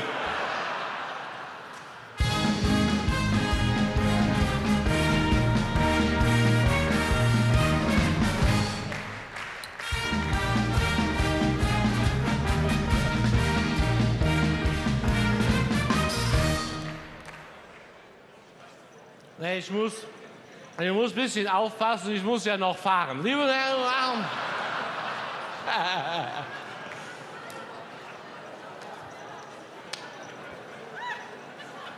Ja, ich lach gleich mit. Liebe Herren und Damen. So, und deswegen waren wir diesmal eben nur um Oktoberfest. Weißt du, wir wollten für die Reise zuerst ein Büsschen mieten, weil der Erwin hat gesagt, kein Thema, ich fahre, dann können wir alle was trinken. Ja, den habe ich am Anfang auch nicht verstanden. Nein, aber das wollten wir dann doch nicht, liebe Herren und Damen, weil der Erwin, ich will jetzt nicht sagen, dass er zu viel trinkt, aber die Bank hat als Sicherheit für sein neues Haus seine Pfandflaschen akzeptiert. So, und deswegen sind wir dann doch lieber mit dem Zug gefahren. Weißt du, mit 18 Mann standen wir morgens um 5:30 am Bahnhof. Da fährt ja bei uns normalerweise noch gar kein Zug. Ja, war an dem Morgen auch nicht anders. Da mussten wir noch 1,5 Stunden warten. Da hat der Wilfried dann erst noch ein bisschen was am Bahnsteig den Kreislauf angekurbelt. Magnumflasche Söhnlein Brillant. in handgestoppten 2,7 Sekunden. Danach sind wir dann mit 17 Mann losgefahren.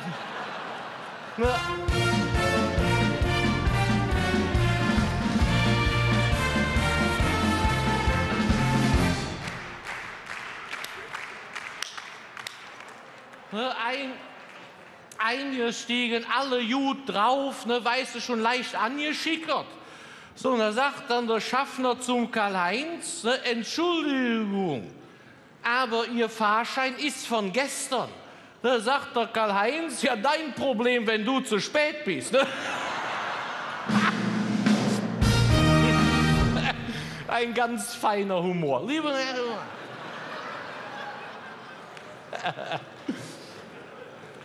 Wunderbar. Nein, aber man muss sagen, liebe Herren und Damen, die beiden Polizisten, die den Karl-Heinz am nächsten Bahnhof in Empfang genommen haben, die waren am Anfang auch wirklich freundlich. Die haben ganz höflich gefragt, na Sie Spaßvogel, was haben Sie denn schon getrunken? Da meint der Karl-Heinz aber schon sichtlich angefressen, ja, sagen wir der Einfachheit halber 2 Flaschen Bier. Desjardins könnt ihr ja sicher nicht schreiben.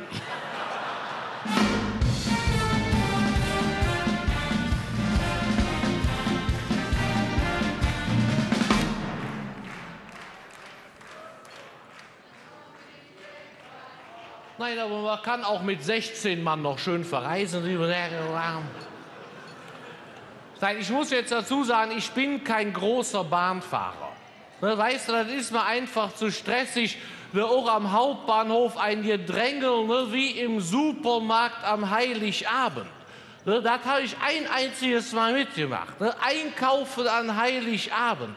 Ne, ich kann euch sagen, an der Kasse die reinste Apokalypse. So, und dann ruft mich in der ganzen Hektik auch noch der Hermann an. Wo bist du? Ich sag, ich bin beim Rewe. Oh, bist du einkaufen? Ich sag, nee, ich ziehe hier gerade Winterreifen auf der Einkaufswagen.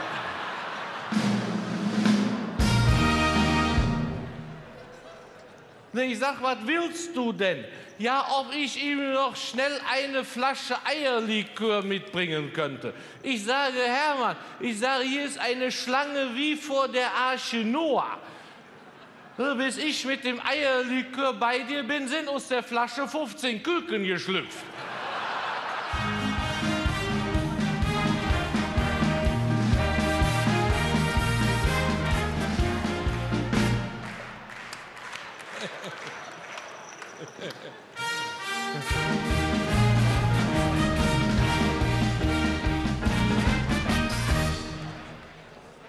Also, gibt Tage, da wirst du nicht richtig voll.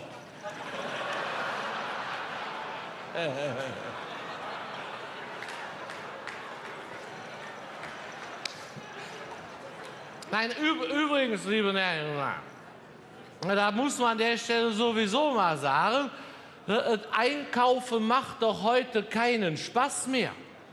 Weißt du, früher, da bin ich mit 1 Mark zum Kiosk.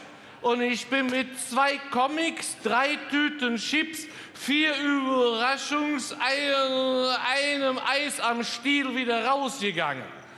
Und heute überall Überwachungskameras.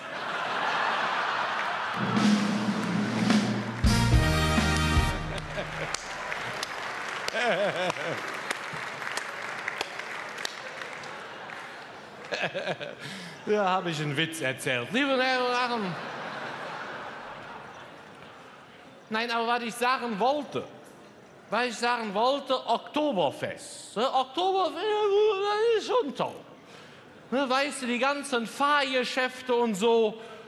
Vor allem der Hermann, der war heiß wie Frittenfett. Ja, der wollte unbedingt auf die Olympia-Achterbahn. Ich sage, Hermann, du bist jetzt 74. Wir waren gerade 6 Stunden im Löwenbräu-Zelt. Du hast im Alleingang einen Tisch mit 12 tschechischen Metzgern in die Ausnüchterungszelle gesoffen. Du warst in deiner Altersklasse mit Abstand Tagesvollster. Die haben schon den Mann vom Guinness-Buch angerufen. Du wolltest eben deine Zigarette auf den Boden werfen und du hast nicht getroffen.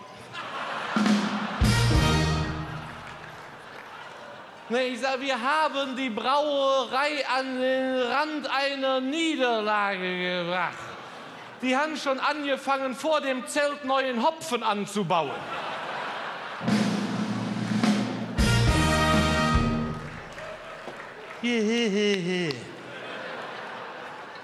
Ich sage, und abgesehen davon, sage ich, hast du eben eine Schneise der Verwüstung in die Fressbuden geschlagen. Nein, Entschuldigung, das muss man dazu sagen. Der Hermann, der ist der personifizierte Futterneid. Ich meine, einmal gut, man kann es ihm jetzt auch nicht verübeln. Seine Frau, die ist jetzt am Herd. Nein, ich will jetzt nichts gegen ihre Kochkünste sagen, aber ich sag mal so, die haben den einzigen Hund im Ort, der am Tisch nicht bettelt.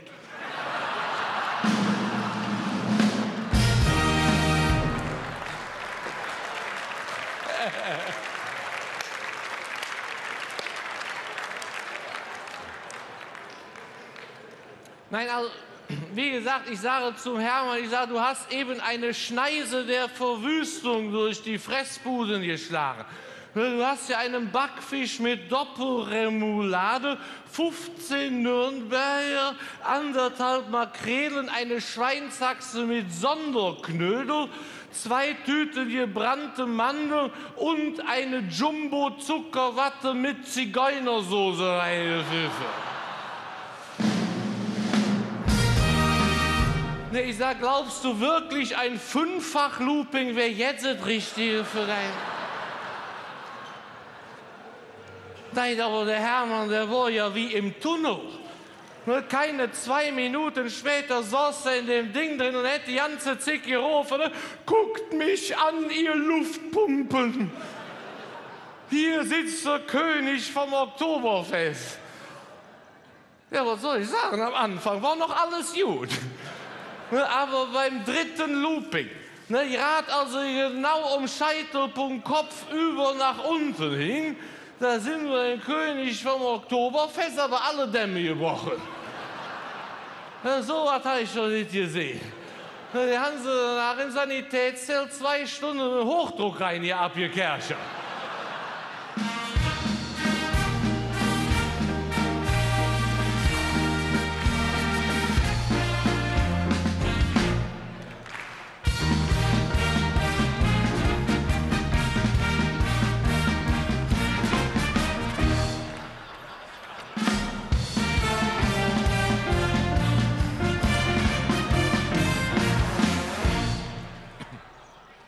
Nee, ich habe den Magen. Liebe Damen und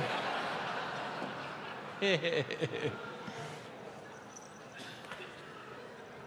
Ja, nächsten Morgen, liebe Damen und Herren, sind wir da mit 15 Mann wieder zurück Richtung Heimat.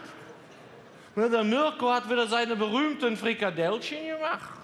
Ein altes kroatisches Familienrezept von seiner Oma. Nur Hackfleisch, Zwiebel, Knoblauch und 1,5 Flaschen Slivovitz.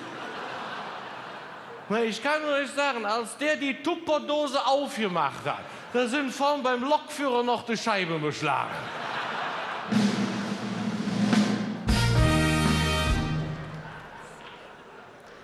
Nein, ich sage es euch, liebe Herren und Herren, Flugzeug ist ja auch nicht viel besser. Na guck mal, es wird doch immer lächerlicher, was man mittlerweile nicht mit an Bord nehmen darf. Na, ich verstehe das nicht. Ich meine, gut, ich gebe zu, es gibt viele Dinge, die ich nicht verstehe. Ja, nicht nur am Flughafen. Ich habe zum Beispiel noch nie verstanden, wie man beim Biathlon nur Zweiter werden kann.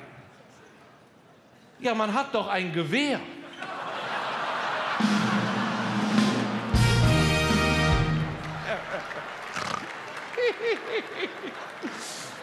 Das habe ich ihn gerade zum ersten Mal selber verstanden.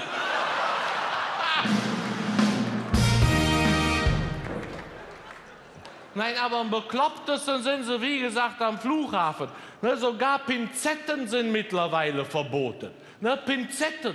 Jetzt mal unter uns. Wenn du es schaffst, ein Flugzeug mit einer Pinzette in deinen Gewalt zu bringen, dann hast du es auch verdient. In diesem Sinne, alle Abend zusammen.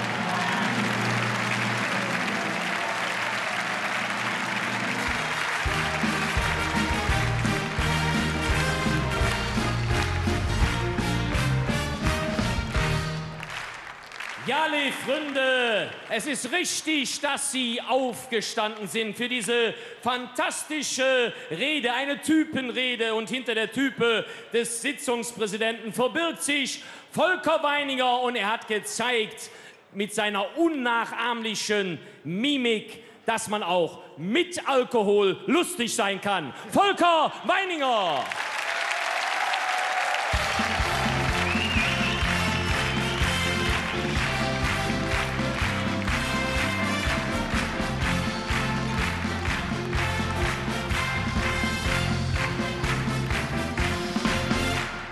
Lieber Volker, nimm den Festkomiteeorden entgegen und wie der Schluss deiner Rede auch war, dann hast du das auch verdient. Auf Volker Weininger, Drehmer von Hetze, Köln! Der Sitzungspräsident, WDR! Herzlichen Dank, tschüss!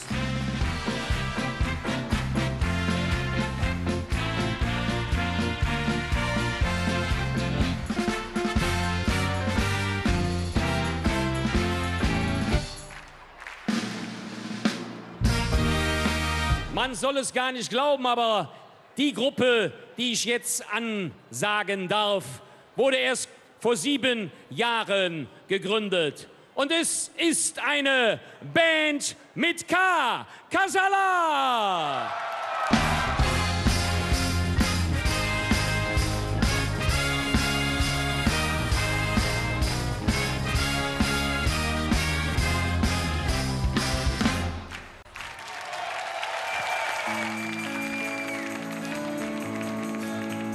Wenn ich König von Köln war und nicht der nix nutzt, der ich bin, mit nach Osten gekrönt und im Schloss aus Lob, ja dann bist du die Königin. Ich weiß, dass ich nicht besonders für einen bin, ich bin nicht adelig und nicht reich. Palast hat nur 2 Zimmer und auch nicht ins Balkon. Ich hab nicht viel, doch ich an dich. Und ich träum davon, wie unser Leben in einer anderen Dimension.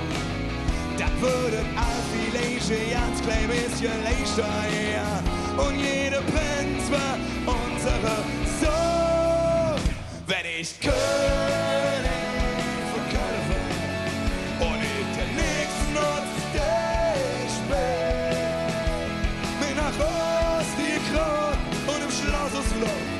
ja, dann bist du die Königin. Baby, du bist jetzt Besonderes und hättest jetzt Besseres verdient. Shampoos muss im Wasser haben und die ist eh schon Porzellan. Du bist schöner wie die Queen. Wenn uns Schloss so in der Wolke liegt, jetzt mir die Hand, ich nehm dich mit.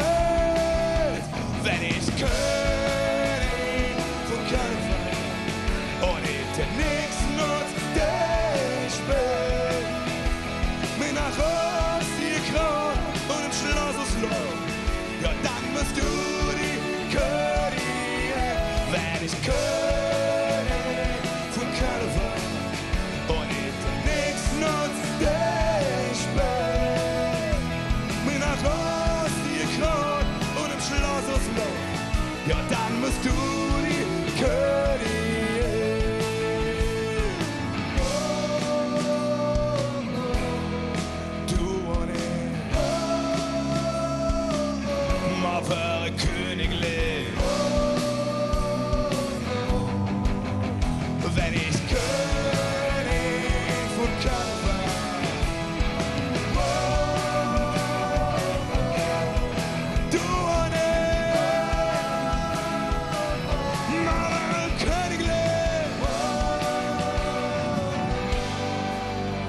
geschätzte Damen und Herren, hier im altehrwürdigen Jötzenich. Das ist ein neues Lied. Mit einem neuen Lied zu euch zu kommen, zu diesem besonderen Abend und zu sagen, ey, wir singen den Refrain jetzt einmal vor und dann singt ihr ihn alleine, so laut ihr könnt nach. Könnte man als dreist bezeichnen. Aber ihr seid völlig begeistert! Und auch wenn wir auf den ersten Blick nicht so wirken, wir sind gut erzogen und deshalb spielen wir euch den Refrain noch einmal vor.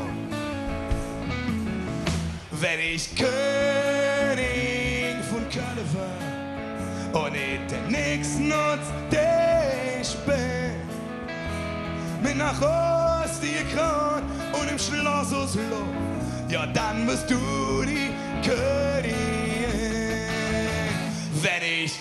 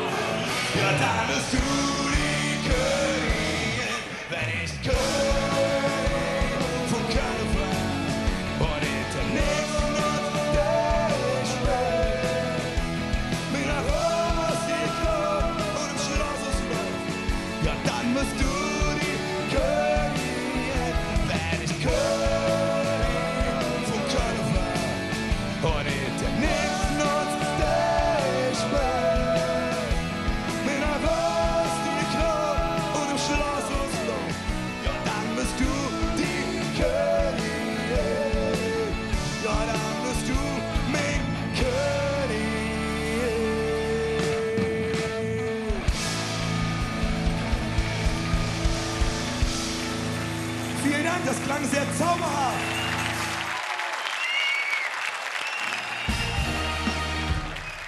Ja, liebe Freunde, eine ganz fantastische Leistung von Basti Kampmann, von Flo Peil, von Sebi Wagner, von Nils Blum und von Reni Schwiers. Casala! Auf Casala drehen wir von Hetze, Köln! Casala! WDR! Herzlichen Dank, macht's gut!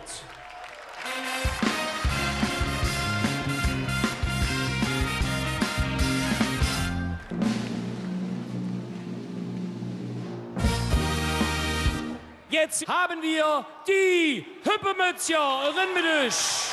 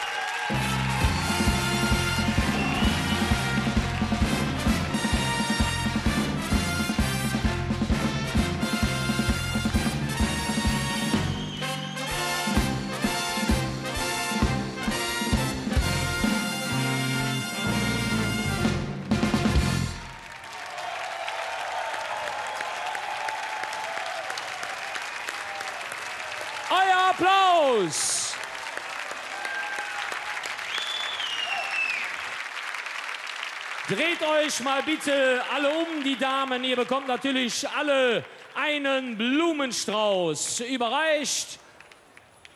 Auf die Hüppemützchen, drehen wir von Hetze, Kölle. Hüppemützchen, Festkomitee. Herzlichen Dank, Martha Fortgut.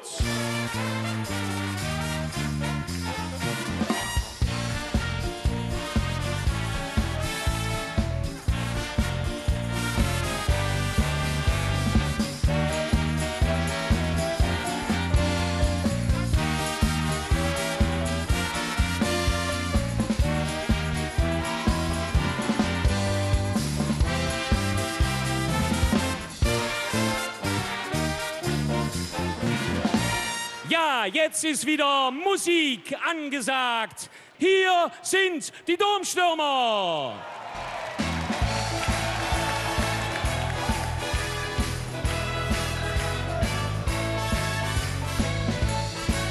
Ich sehe vertraute Gesichter. Na, schön. Die Domstürmer grüßen euch. Wir sind schon ein paar Minuten hier und wir wissen, ihr seid gut bei Stimme. In diesem Sinne, Yippie!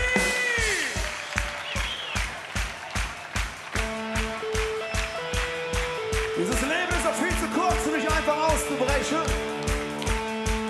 Man könnte auch sagen, dieses Leben ist ein Geschenk. Jedes geht richtig oder falsch. Jedes nur müde oder hellwach.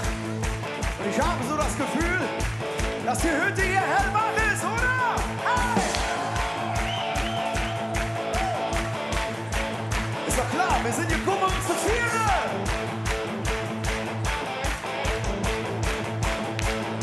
Das heißt für euch, der linke Arm, der rechte Arm. Beide Fäuste klatschen nach. Los, ja!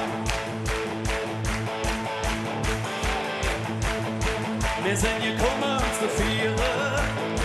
Wir sind gekommen, um zu bleiben. Wir sind gekommen, um zu singen. Und ja, die Sieg zu verbringen. Wir sind gekommen, um zu lachen. Uns kennt auch jetzt zu machen. Wir sind gekommen, um zu feiern. Zusammen glücklich zu sehen. Los, mal singen!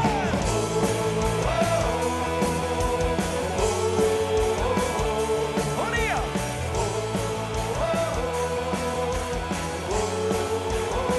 Wir sind gekommen, um zu feiern. Wir sind gekommen, um zu bleiben. Wir sind gekommen, um zu singen. Und ja, den Sieg zu verbringen. Wir sind gekommen, um zu lachen. Uns kennt's auch jetzt zu machen. Wir sind gekommen, um zu feiern. Zusammen glücklich zu sehen. Und von Langzig einfach jetzt sind wir da. Hey! An jeder Stunde jetzt halt, an jedem Tag im Jahr. Wir haben gewartet, gelitten, das Leben war schwer. Endlich wieder fast leer. Wir sind gekommen, um zu feiern. Wir sind gekommen, um zu bleiben. Wir sind gekommen, um zu singen. Und ja, den Sieg zu verbringen. Wir sind gekommen, um zu lachen. Uns kennt's auch jetzt zu machen. Wir sind gekommen, um zu feiern. Zusammen glücklich zu sehen. Die Schlangen, die war lang, aber jetzt sind wir drin. Hey! Von uns verlorene Jahr werdet Leben wiedersehen. Wir haben gewartet, Leben war schwer. Es fühlt sich an, als wäre das ewig lang her. Endlich wieder fast leer. Wir sind gekommen, um zu feiern. Wir sind gekommen, um zu bleiben. Wir sind gekommen, um zu singen. Ein geiles Sieg zu verbringen. Wir sind gekommen, um zu lachen. Uns kennt's auch jetzt zu machen. Wir sind gekommen, um zu feiern. Zusammen glücklich zu sehen. Und ihr! Sing! Mit Schnacken!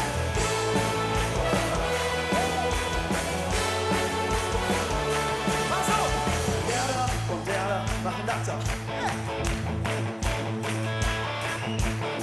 Du trinkst mich an, jedes Mal. Ich winke echt, jedes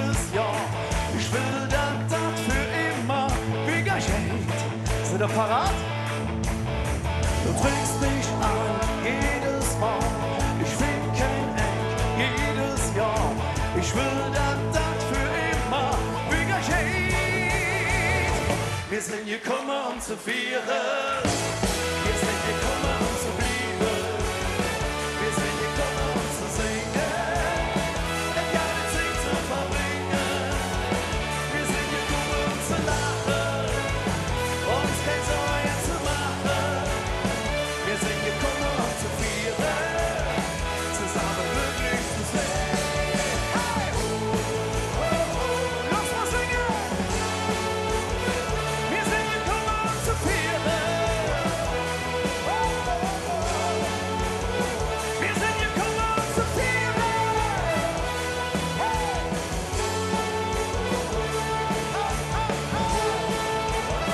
Zusammen glücklich zu sein. Denn wir sind gekommen, um zu feiern. Dankeschön. Ja, liebe Freunde, was für eine tolle Stimmung durch die Domstürmer. Auf die Domstürmer, Trainer von Hetze, Köln. Domstürmer, WDR. Herzlichen Dank.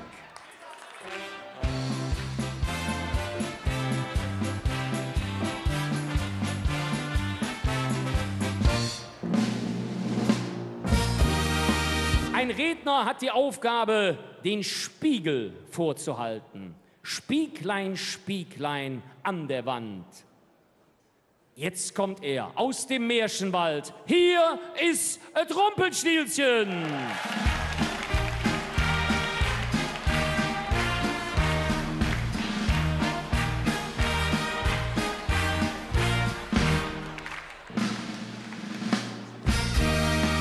Sehen und hören schon durch jedes Jod, aber Märchenwald wird nur noch lamentiert über das, was in Deutschland und in der Welt passiert. Für ein paar Jahre hielten uns die Griechen ob Trab, dann hätte es mit Putin nicht mehr geklappt. Danach kommen die Engländer mit ihrem Abgesang aus Korea, der Uran-Utan von Pyongyang, dann die Präsidentenkarikatur aus Amerika und jetzt noch das Rumpelstilzchen aus Ankara. Jetzt war der Erdogan im Märchenland, sprach Spieglein, Spieglein an der Wand. Ich will jetzt hier eine Rede halten und Deutschland mal ordentlich zusammenfalten. Denn da gibt es was, das hasse ich wie die Pest, dass man mich nicht zu meinen Anhängern reden lässt. Da hat das Spieglein kurz nachgedacht und dann voller Demut zu dem Ehrenmann gesagt, passen Sie auf.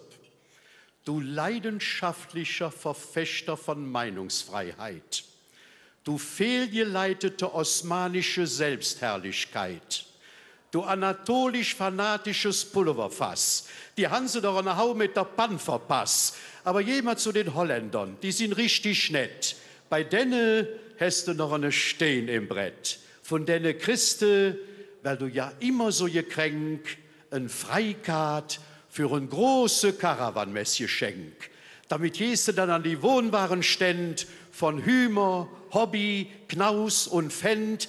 Da kannst du, wenn du willst, bis zum Erbrechen stundenlang von neuen Anhängern sprechen. Ach, wie gut, dass jeder weiß, dass du Rumpelstilzchen heißt.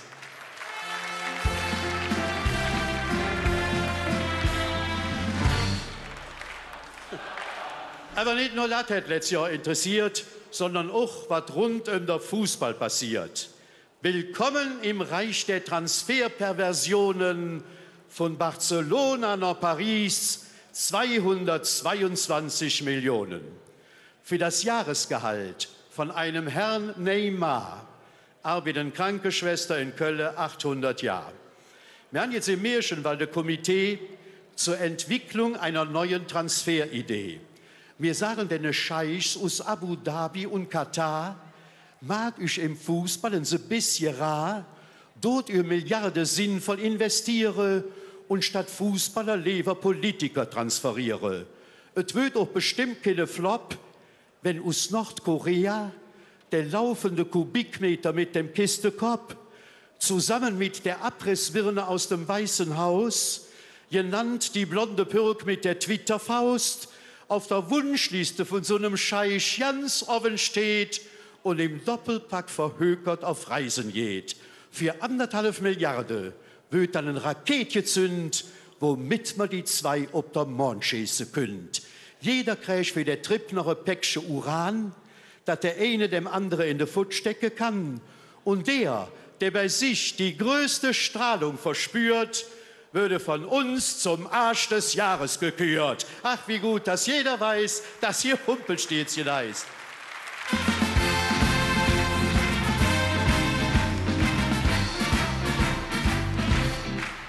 Tja, dann haben wir in der EU 2 Schätzchen, für die jedes Moment vielleicht auch noch ein Plätzchen. Erst haben wir sie in der Union ganz herzlich begrüßt und jetzt trennen uns die Ungarn und Polen ob de Föß und sagen trotz Urteil vom obersten Gericht LMAA, unsere Grenzen bleiben dicht. Aus Polen hörste, wir haben noch nie Platz für uns eigene Lück. Die Familie Lewandowski haben wir schon nach München geschickt. Oder die Ungarn, für Zigeunermusik berühmt und bekannt. Aber Sinti, Roma und Moslems werden aus der Pusta verbannt. Nach dem Motto, komm Zigan, spiel mir was vor. Aber für Asyl, gehst du bitte weiter Richtung Brandenburger Tor. Da lobe ich mir doch die Italiener und Niederländer. An deren Grenze steht ein Schild auf einem Ständer.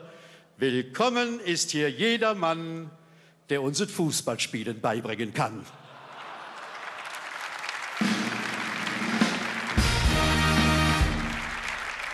Ja, und dann hätte ich noch einen Kandidat für den Mond, denn abzuschießen sich auch sicher lohnt.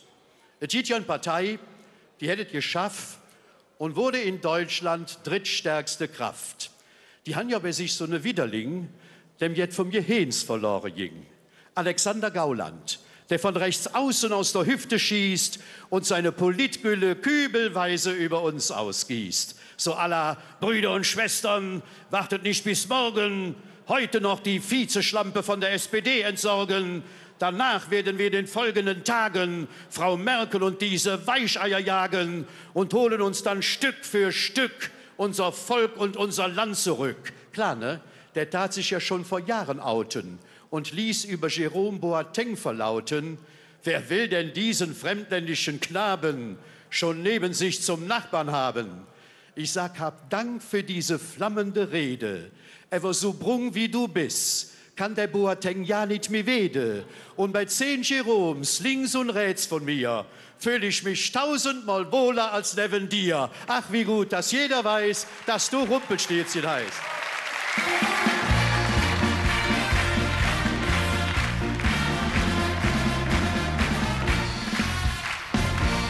Wie war zu Köln es doch vor dem mit Heinzelmännchen so bequem? Da wird gehämmert, gebacken, gestrichen, genäht, gemauert, gepflastert, geschreinert, gemäht. Und ehe ein Faulpelz noch erwacht, war all sein Tagwerk schon gemacht. Hück machen die Heinzelmännchen von Köln andere Arbeit. Ich kann es erzählen. Da wird geklüngelt, gepokert, geschachert, frisiert, rumgeeiert und falsch kalkuliert, gejammert, verzögert, geschimpft und vergessen, Verantwortung geschoben und ausgesessen. Da haben sie das Bauamt noch zuletzt in de Kajas Nummer 0 versetzt. Die sind da fleißig Papiere am Siegeln, machen aus einem Kalkberg einen Idiotenhügel. Selbst das Opernhaus bringt sie nicht in Nöte. Da gehen zig Millionen für der Zauberflöte. Schneckentempo beim Wohnungsbau. Kölner Schulen sehen aus wie ein Sau. Doch die Damen und Herren von Rat und Verwaltung tragen ihr Amt mit Würde und Haltung. Und der Parole, wir haben mit nix jetzt zu tun, waren nirgendwo dabei. Aber bei der Prinzenproklamation sitzen wir in der Ätzterei. Ach, wie gut, dass jeder weiß, dass hier Rumpelstilzchen heißt.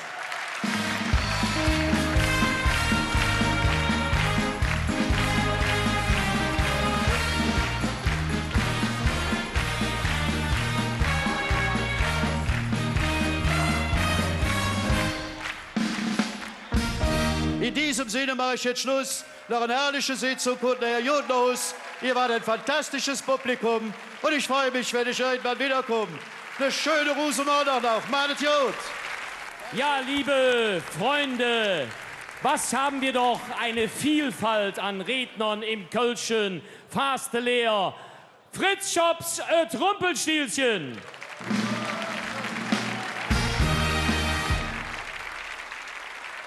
Wir haben ihm einen politischen Redner in Reimform. Da können wir jetzt stolz drauf sein, so einen Redner im Kölschen Fasteleer zu haben. Und daher nimm den Orden des Festkomitees entgegen und Dreimer von Hetze Köln. Rumpelstilzchen. Festkomitee. Herzlichen Dank. Tschüss.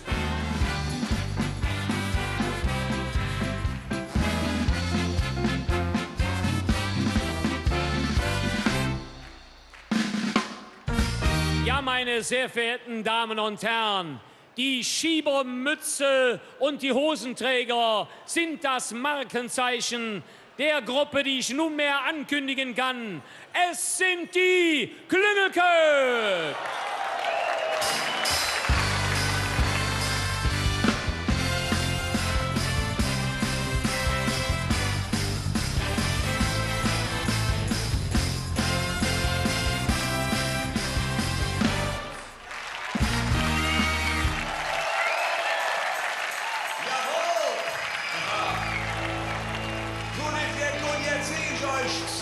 Wörter vor und die möchte ich gleich von euch in einer vollen Lautstärke wiederhören.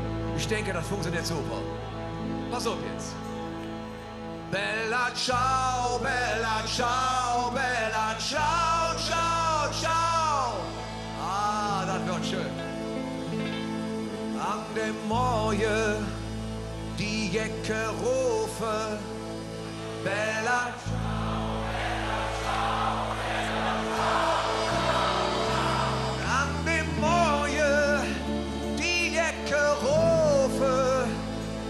Und die Tromschläger minge Tür mit je Nummer hinfort je trocken. Bella ciao, bella ciao, bella ciao, ciao, ciao. Mit je Nummer hinfort je trocken. Mal uns Andri brennt die Tür. Ciao.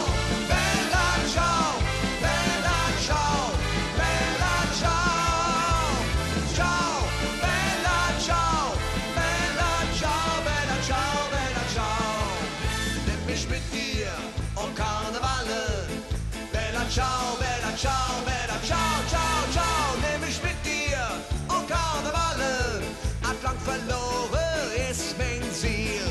Hätt an die Pfanne, mach Lev zusammen, bella ciao, bella ciao, bella ciao, ciao, ciao, hätt an die Pfanne, mach Lev zusammen, in einem Schweiß wie ein Zehn-Gier.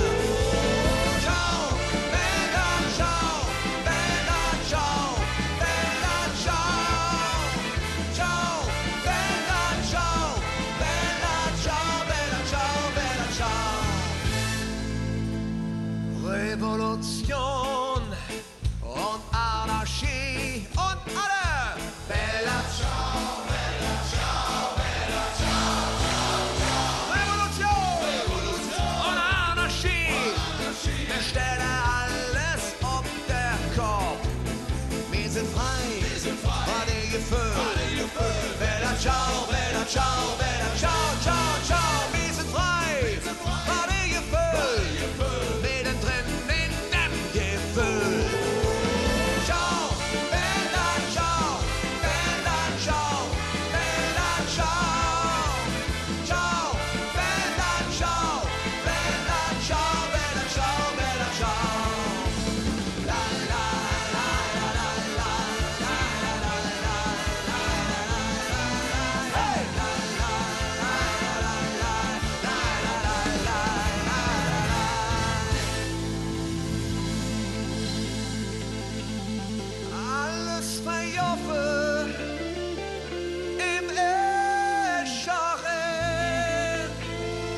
Doch vergessen wird ich nie.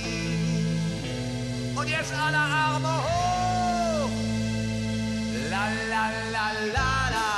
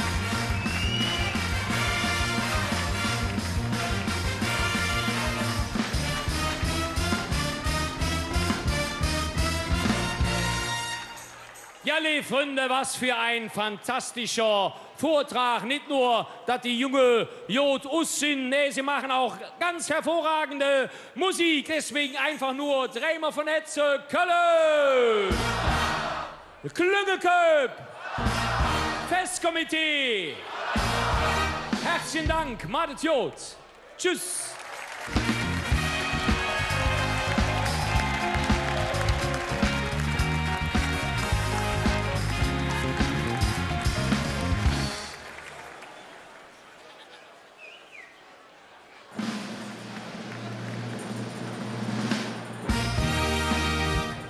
Ja, liebe Freunde, wenn wir drei hier am Bühnenrand standen, dann wird das einen besonderen Grund haben. Denn wir empfangen das Kölner Dreigestirn 2018. Gewähren wir unserem Trifolium einen Einmarsch, wie jetzt die ganze Session nicht erlebt hat. Nehmt alles, womit man winken kann, Liederhefte, Taschentücher, was er hat. Erinnert euch, hier ist das Kölner Dreigestirn.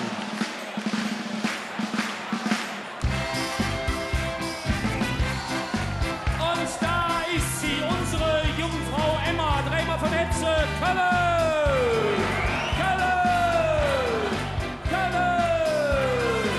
Und unser Bauer Christoph Dreimal von Hetze, Köln! Köln! Köln! Und seine Totalität Prinz Michael II. Dreimal von Hetze, Köln!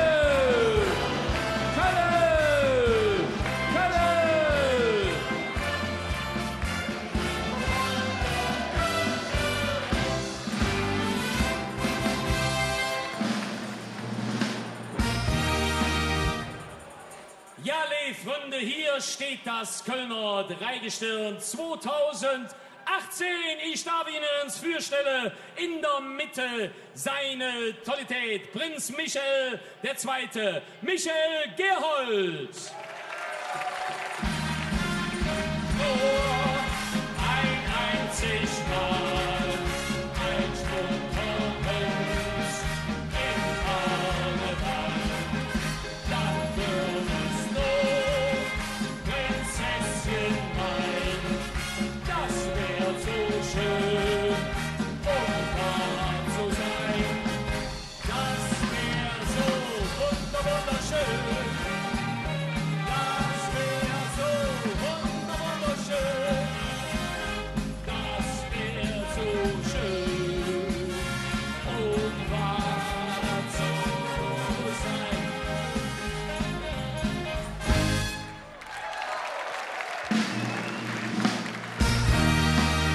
Und an seiner rechten Seite die Wehrhaftigkeit unserer Stadt, der Bauer Christoph Stock. Auf dem Markt schon die Buren, dicke Eier, volle Pumpe, lange Muren. Und die Lück sind am Luren. Ob die Eier, ob die Pumpe, ob die Muren.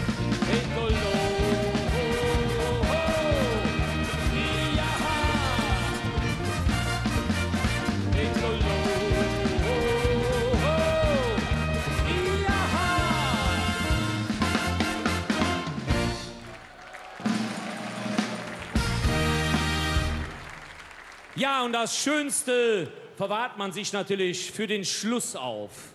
Ihre Lieblichkeit, Jungfrau Emma Erich Ströbel. Wie bist du schön, oh, wie bist du schön.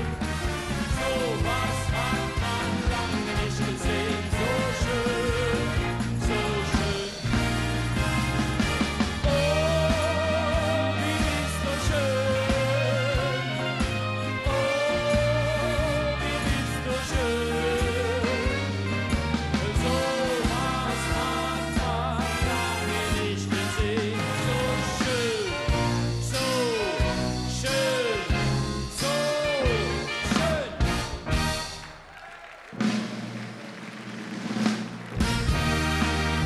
Für euch spricht unser Prinz Michael II. In Köln am Ring bin ich geboren. Ich han nun dat Lied mir im Sinn, min Mutter sprach noch nicht verloren. Dat is jetzt, wo ich stolz drauf bin,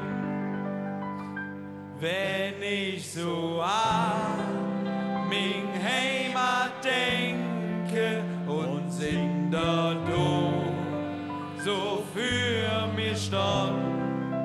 Möcht ich direkt Heimat schwenke, ich möcht sofort nach Köln, ja. Möcht ich direkt Heimat schwenke, ich möcht sofort nach Köln, ja. Komm, lass mal tanzen, die ganze Nacht bis morgen früh. Komm, lass mal singen, vom Liebral bis morgen hin. Komm, lass mal tanzen, die ganze Nacht bis morgen früh. Komm, lass mal singen, vom Liebral bis morgen hin.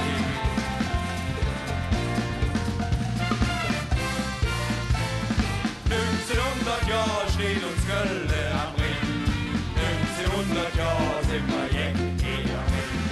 Nach der Münze tanzen, springen um Feuer. Nach uns 100 Jahre leben andere Leute. 1900 Jahre leben Hündes und Schäl. 1900 Jahre bist du mit Leben kehrt. Stell die Blech unter dich, noch haben wir jetzt in der Tisch, noch beide Wünsche klar. Allah, Allah, Allah. Allah, Allah, Allah.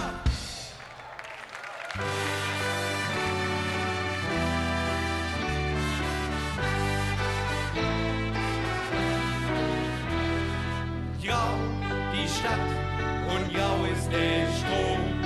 Blut ist Wut und alt ist der Lohn. Menschen kümmern sich elend für Not. Rum und stürzt im Dreck den Mut. Alles stimmt und alles stimmt nicht. Schlagende Ärmel am besten quitt. Klüngel ist erkannt Zement. Wer drüber lag, die Stadt nicht kennt. Wir vieren vaterstädtische Feste. Karneval vieren so ja schon uns brennt. Wir sind im Vieren noch immer die Beste. Das mit der Heiterkeit nehmen wir ernst. Ob süß oder bitter, du musst überleben. Gut oder schlecht, ist uns Stadt.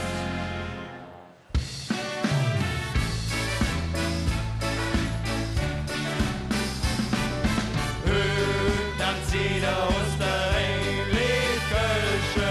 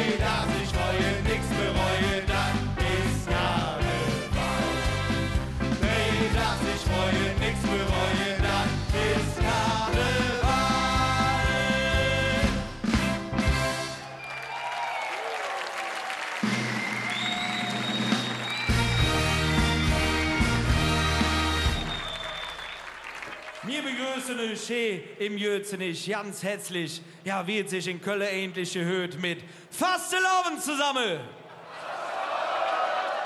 Und wir möchten ganz zu Beginn unseres Auftritts ein bisschen Osterei-Danze und ich darf uns unsere Festkomitee-Präsident Christoph Kugelkorn zu uns auf die Bühne bitten.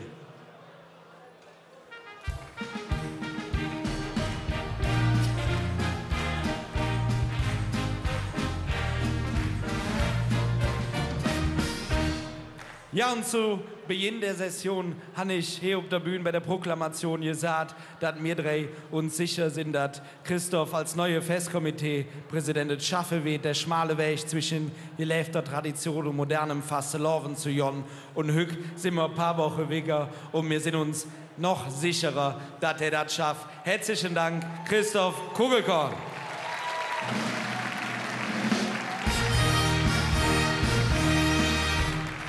Und das Kölner Dreigestirn hat eine ganz besondere Auszeichnung, die es auch nur 55 Mal gibt. Das ist nämlich hier in dem Rahmen die Originalzeichnung unterschrieben von dem Künstler Rollo und darunter dann natürlich das Original der Prinzenspange. Und das würden wir dir, lieber Christoph, gerne als Zeichen unserer Dankbarkeit übergeben. Herzlichen Dank unserem Festkomitee-Präsident Christoph Kugelkorn.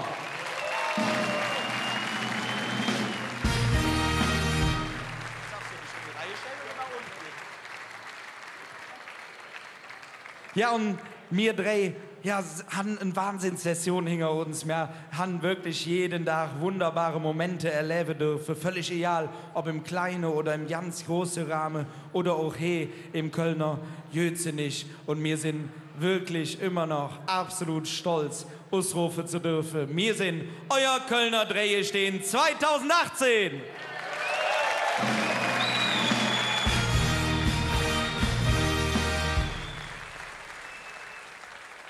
Ja, und wir drei dürfen eine Dreigestellung und ein besonders schönes Festkomitee-Motto. Das steht da vorne auf unserem Plagge. Das heißt ja bekanntlich, mehr Kölsche, Danze, Osterei. Und wir finden das deswegen so schön, weil es eigentlich zwei Sachen aussetzt. Zum einen, dass wir Kölsche all uns Eigenart haben. Wir lassen uns nicht alles andere. Wir haben uns Kultur und die halten ja gemeinsam auch hier zum Beispiel Hu. Und dann jedet um der Tanz, es geht in und um Köln rum, so viel Tanzgruppe und die jungen Mädchen standen das ganze Jahr über 3-4 Mal die Woche in der Trainingshalle, um uns auf so einer Bühne wie hier ihr denn zu präsentieren. Und um mir denke, auch darauf können wir stolz sein, auf uns Kölner Tanzgruppen.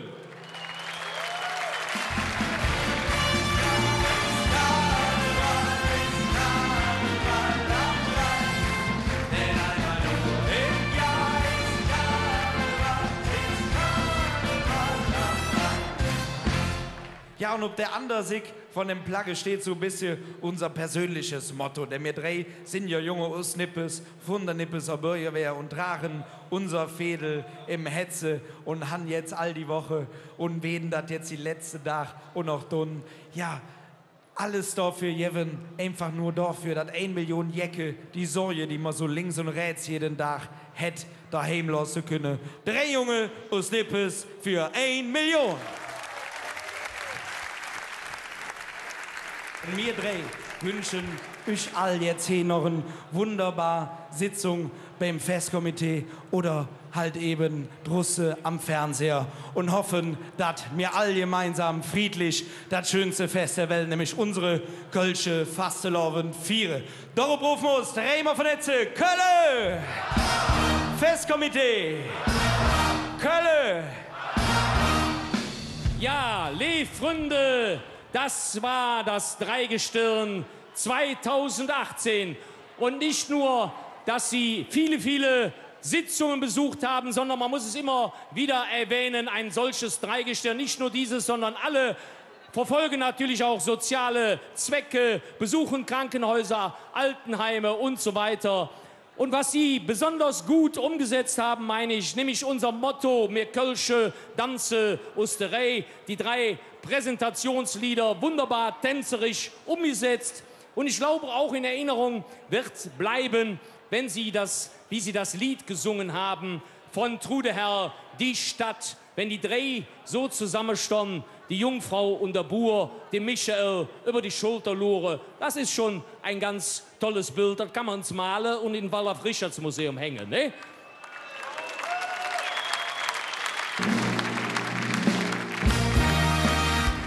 Auf unser fantastisches Kölner Dreigestirn 2018 drehen wir von Hetze Köln!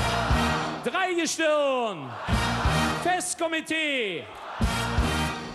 Herzlichen Dank, Ausmarsch durch die Mitte eures Publikums.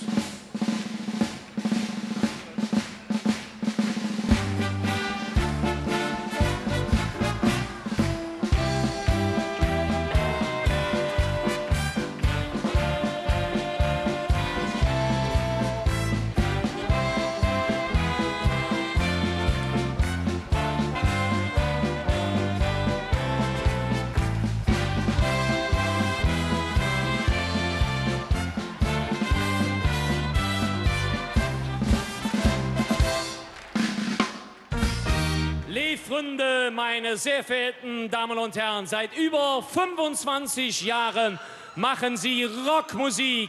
Und was für eine Rockmusik! Seid ihr fit für 5 Kölsche Jungs? Bring's!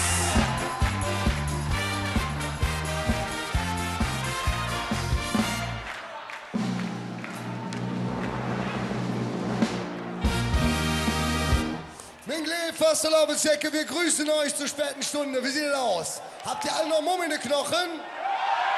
Super. Da würde ich vorschlagen, wir fangen ganz langsam an und steigern uns dann hinten raus. Jetzt kommt erstmal eine kleine Ballade, was zum Schunkeln. Die Liebe gewinnt im Gürzenich. Komm,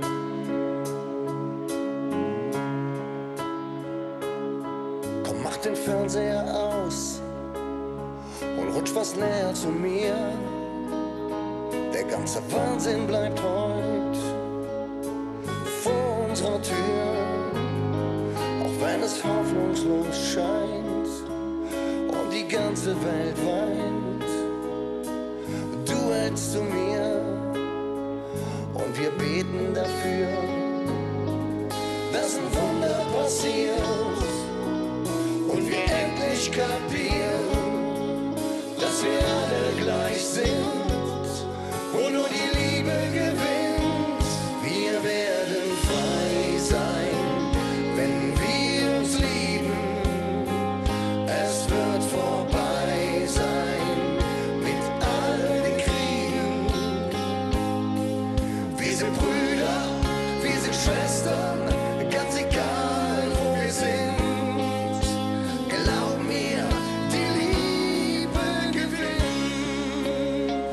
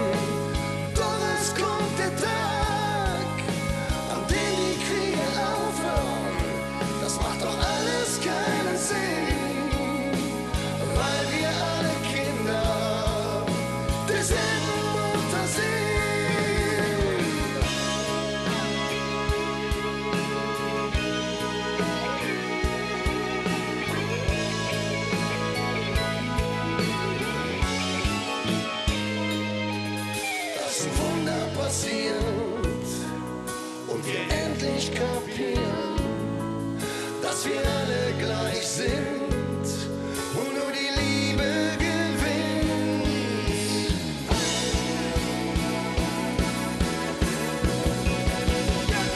Wir werden frei sein, wenn wir uns lieben. Es wird vorbei sein mit all den Kriegen. Wir sind Brüder, wir sind Schwestern, ganz egal wo wir sind. Glaub mir, die Liebe gewinnt. Wir werden frei sein, wenn wir uns lieben. Es wird vorbei sein mit allen Kriegen. Wir sind Brüder, wir sind Schwestern, ganz egal wo wir sind. Glaub mir, die Liebe gewinnt. Glaub mir, die Liebe gewinnt. Glaub mir. Wir werden frei sein, wenn wir uns lieben. Es wird vorbei sein mit all den Kriegen.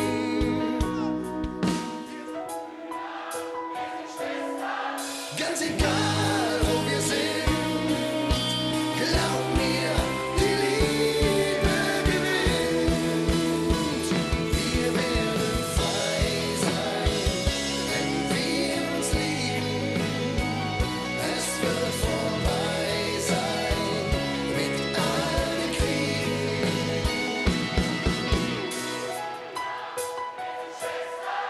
Ganz egal wo wir sind, glaub mir, die Liebe gewinnt. Glaub mir.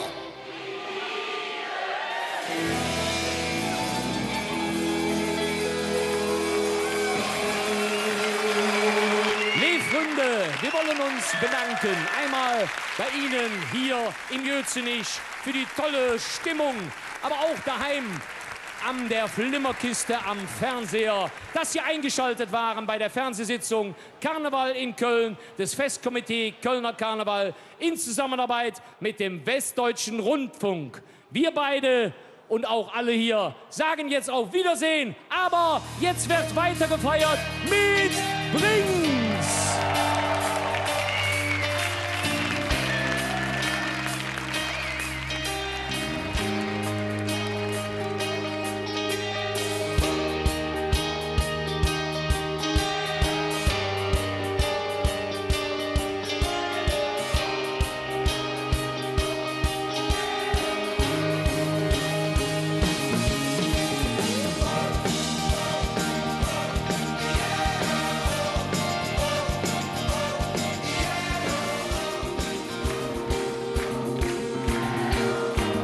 Nochmal singen.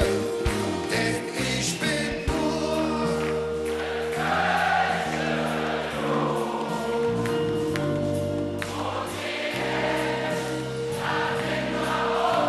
Ihr seid wunderbar. Denn ich bin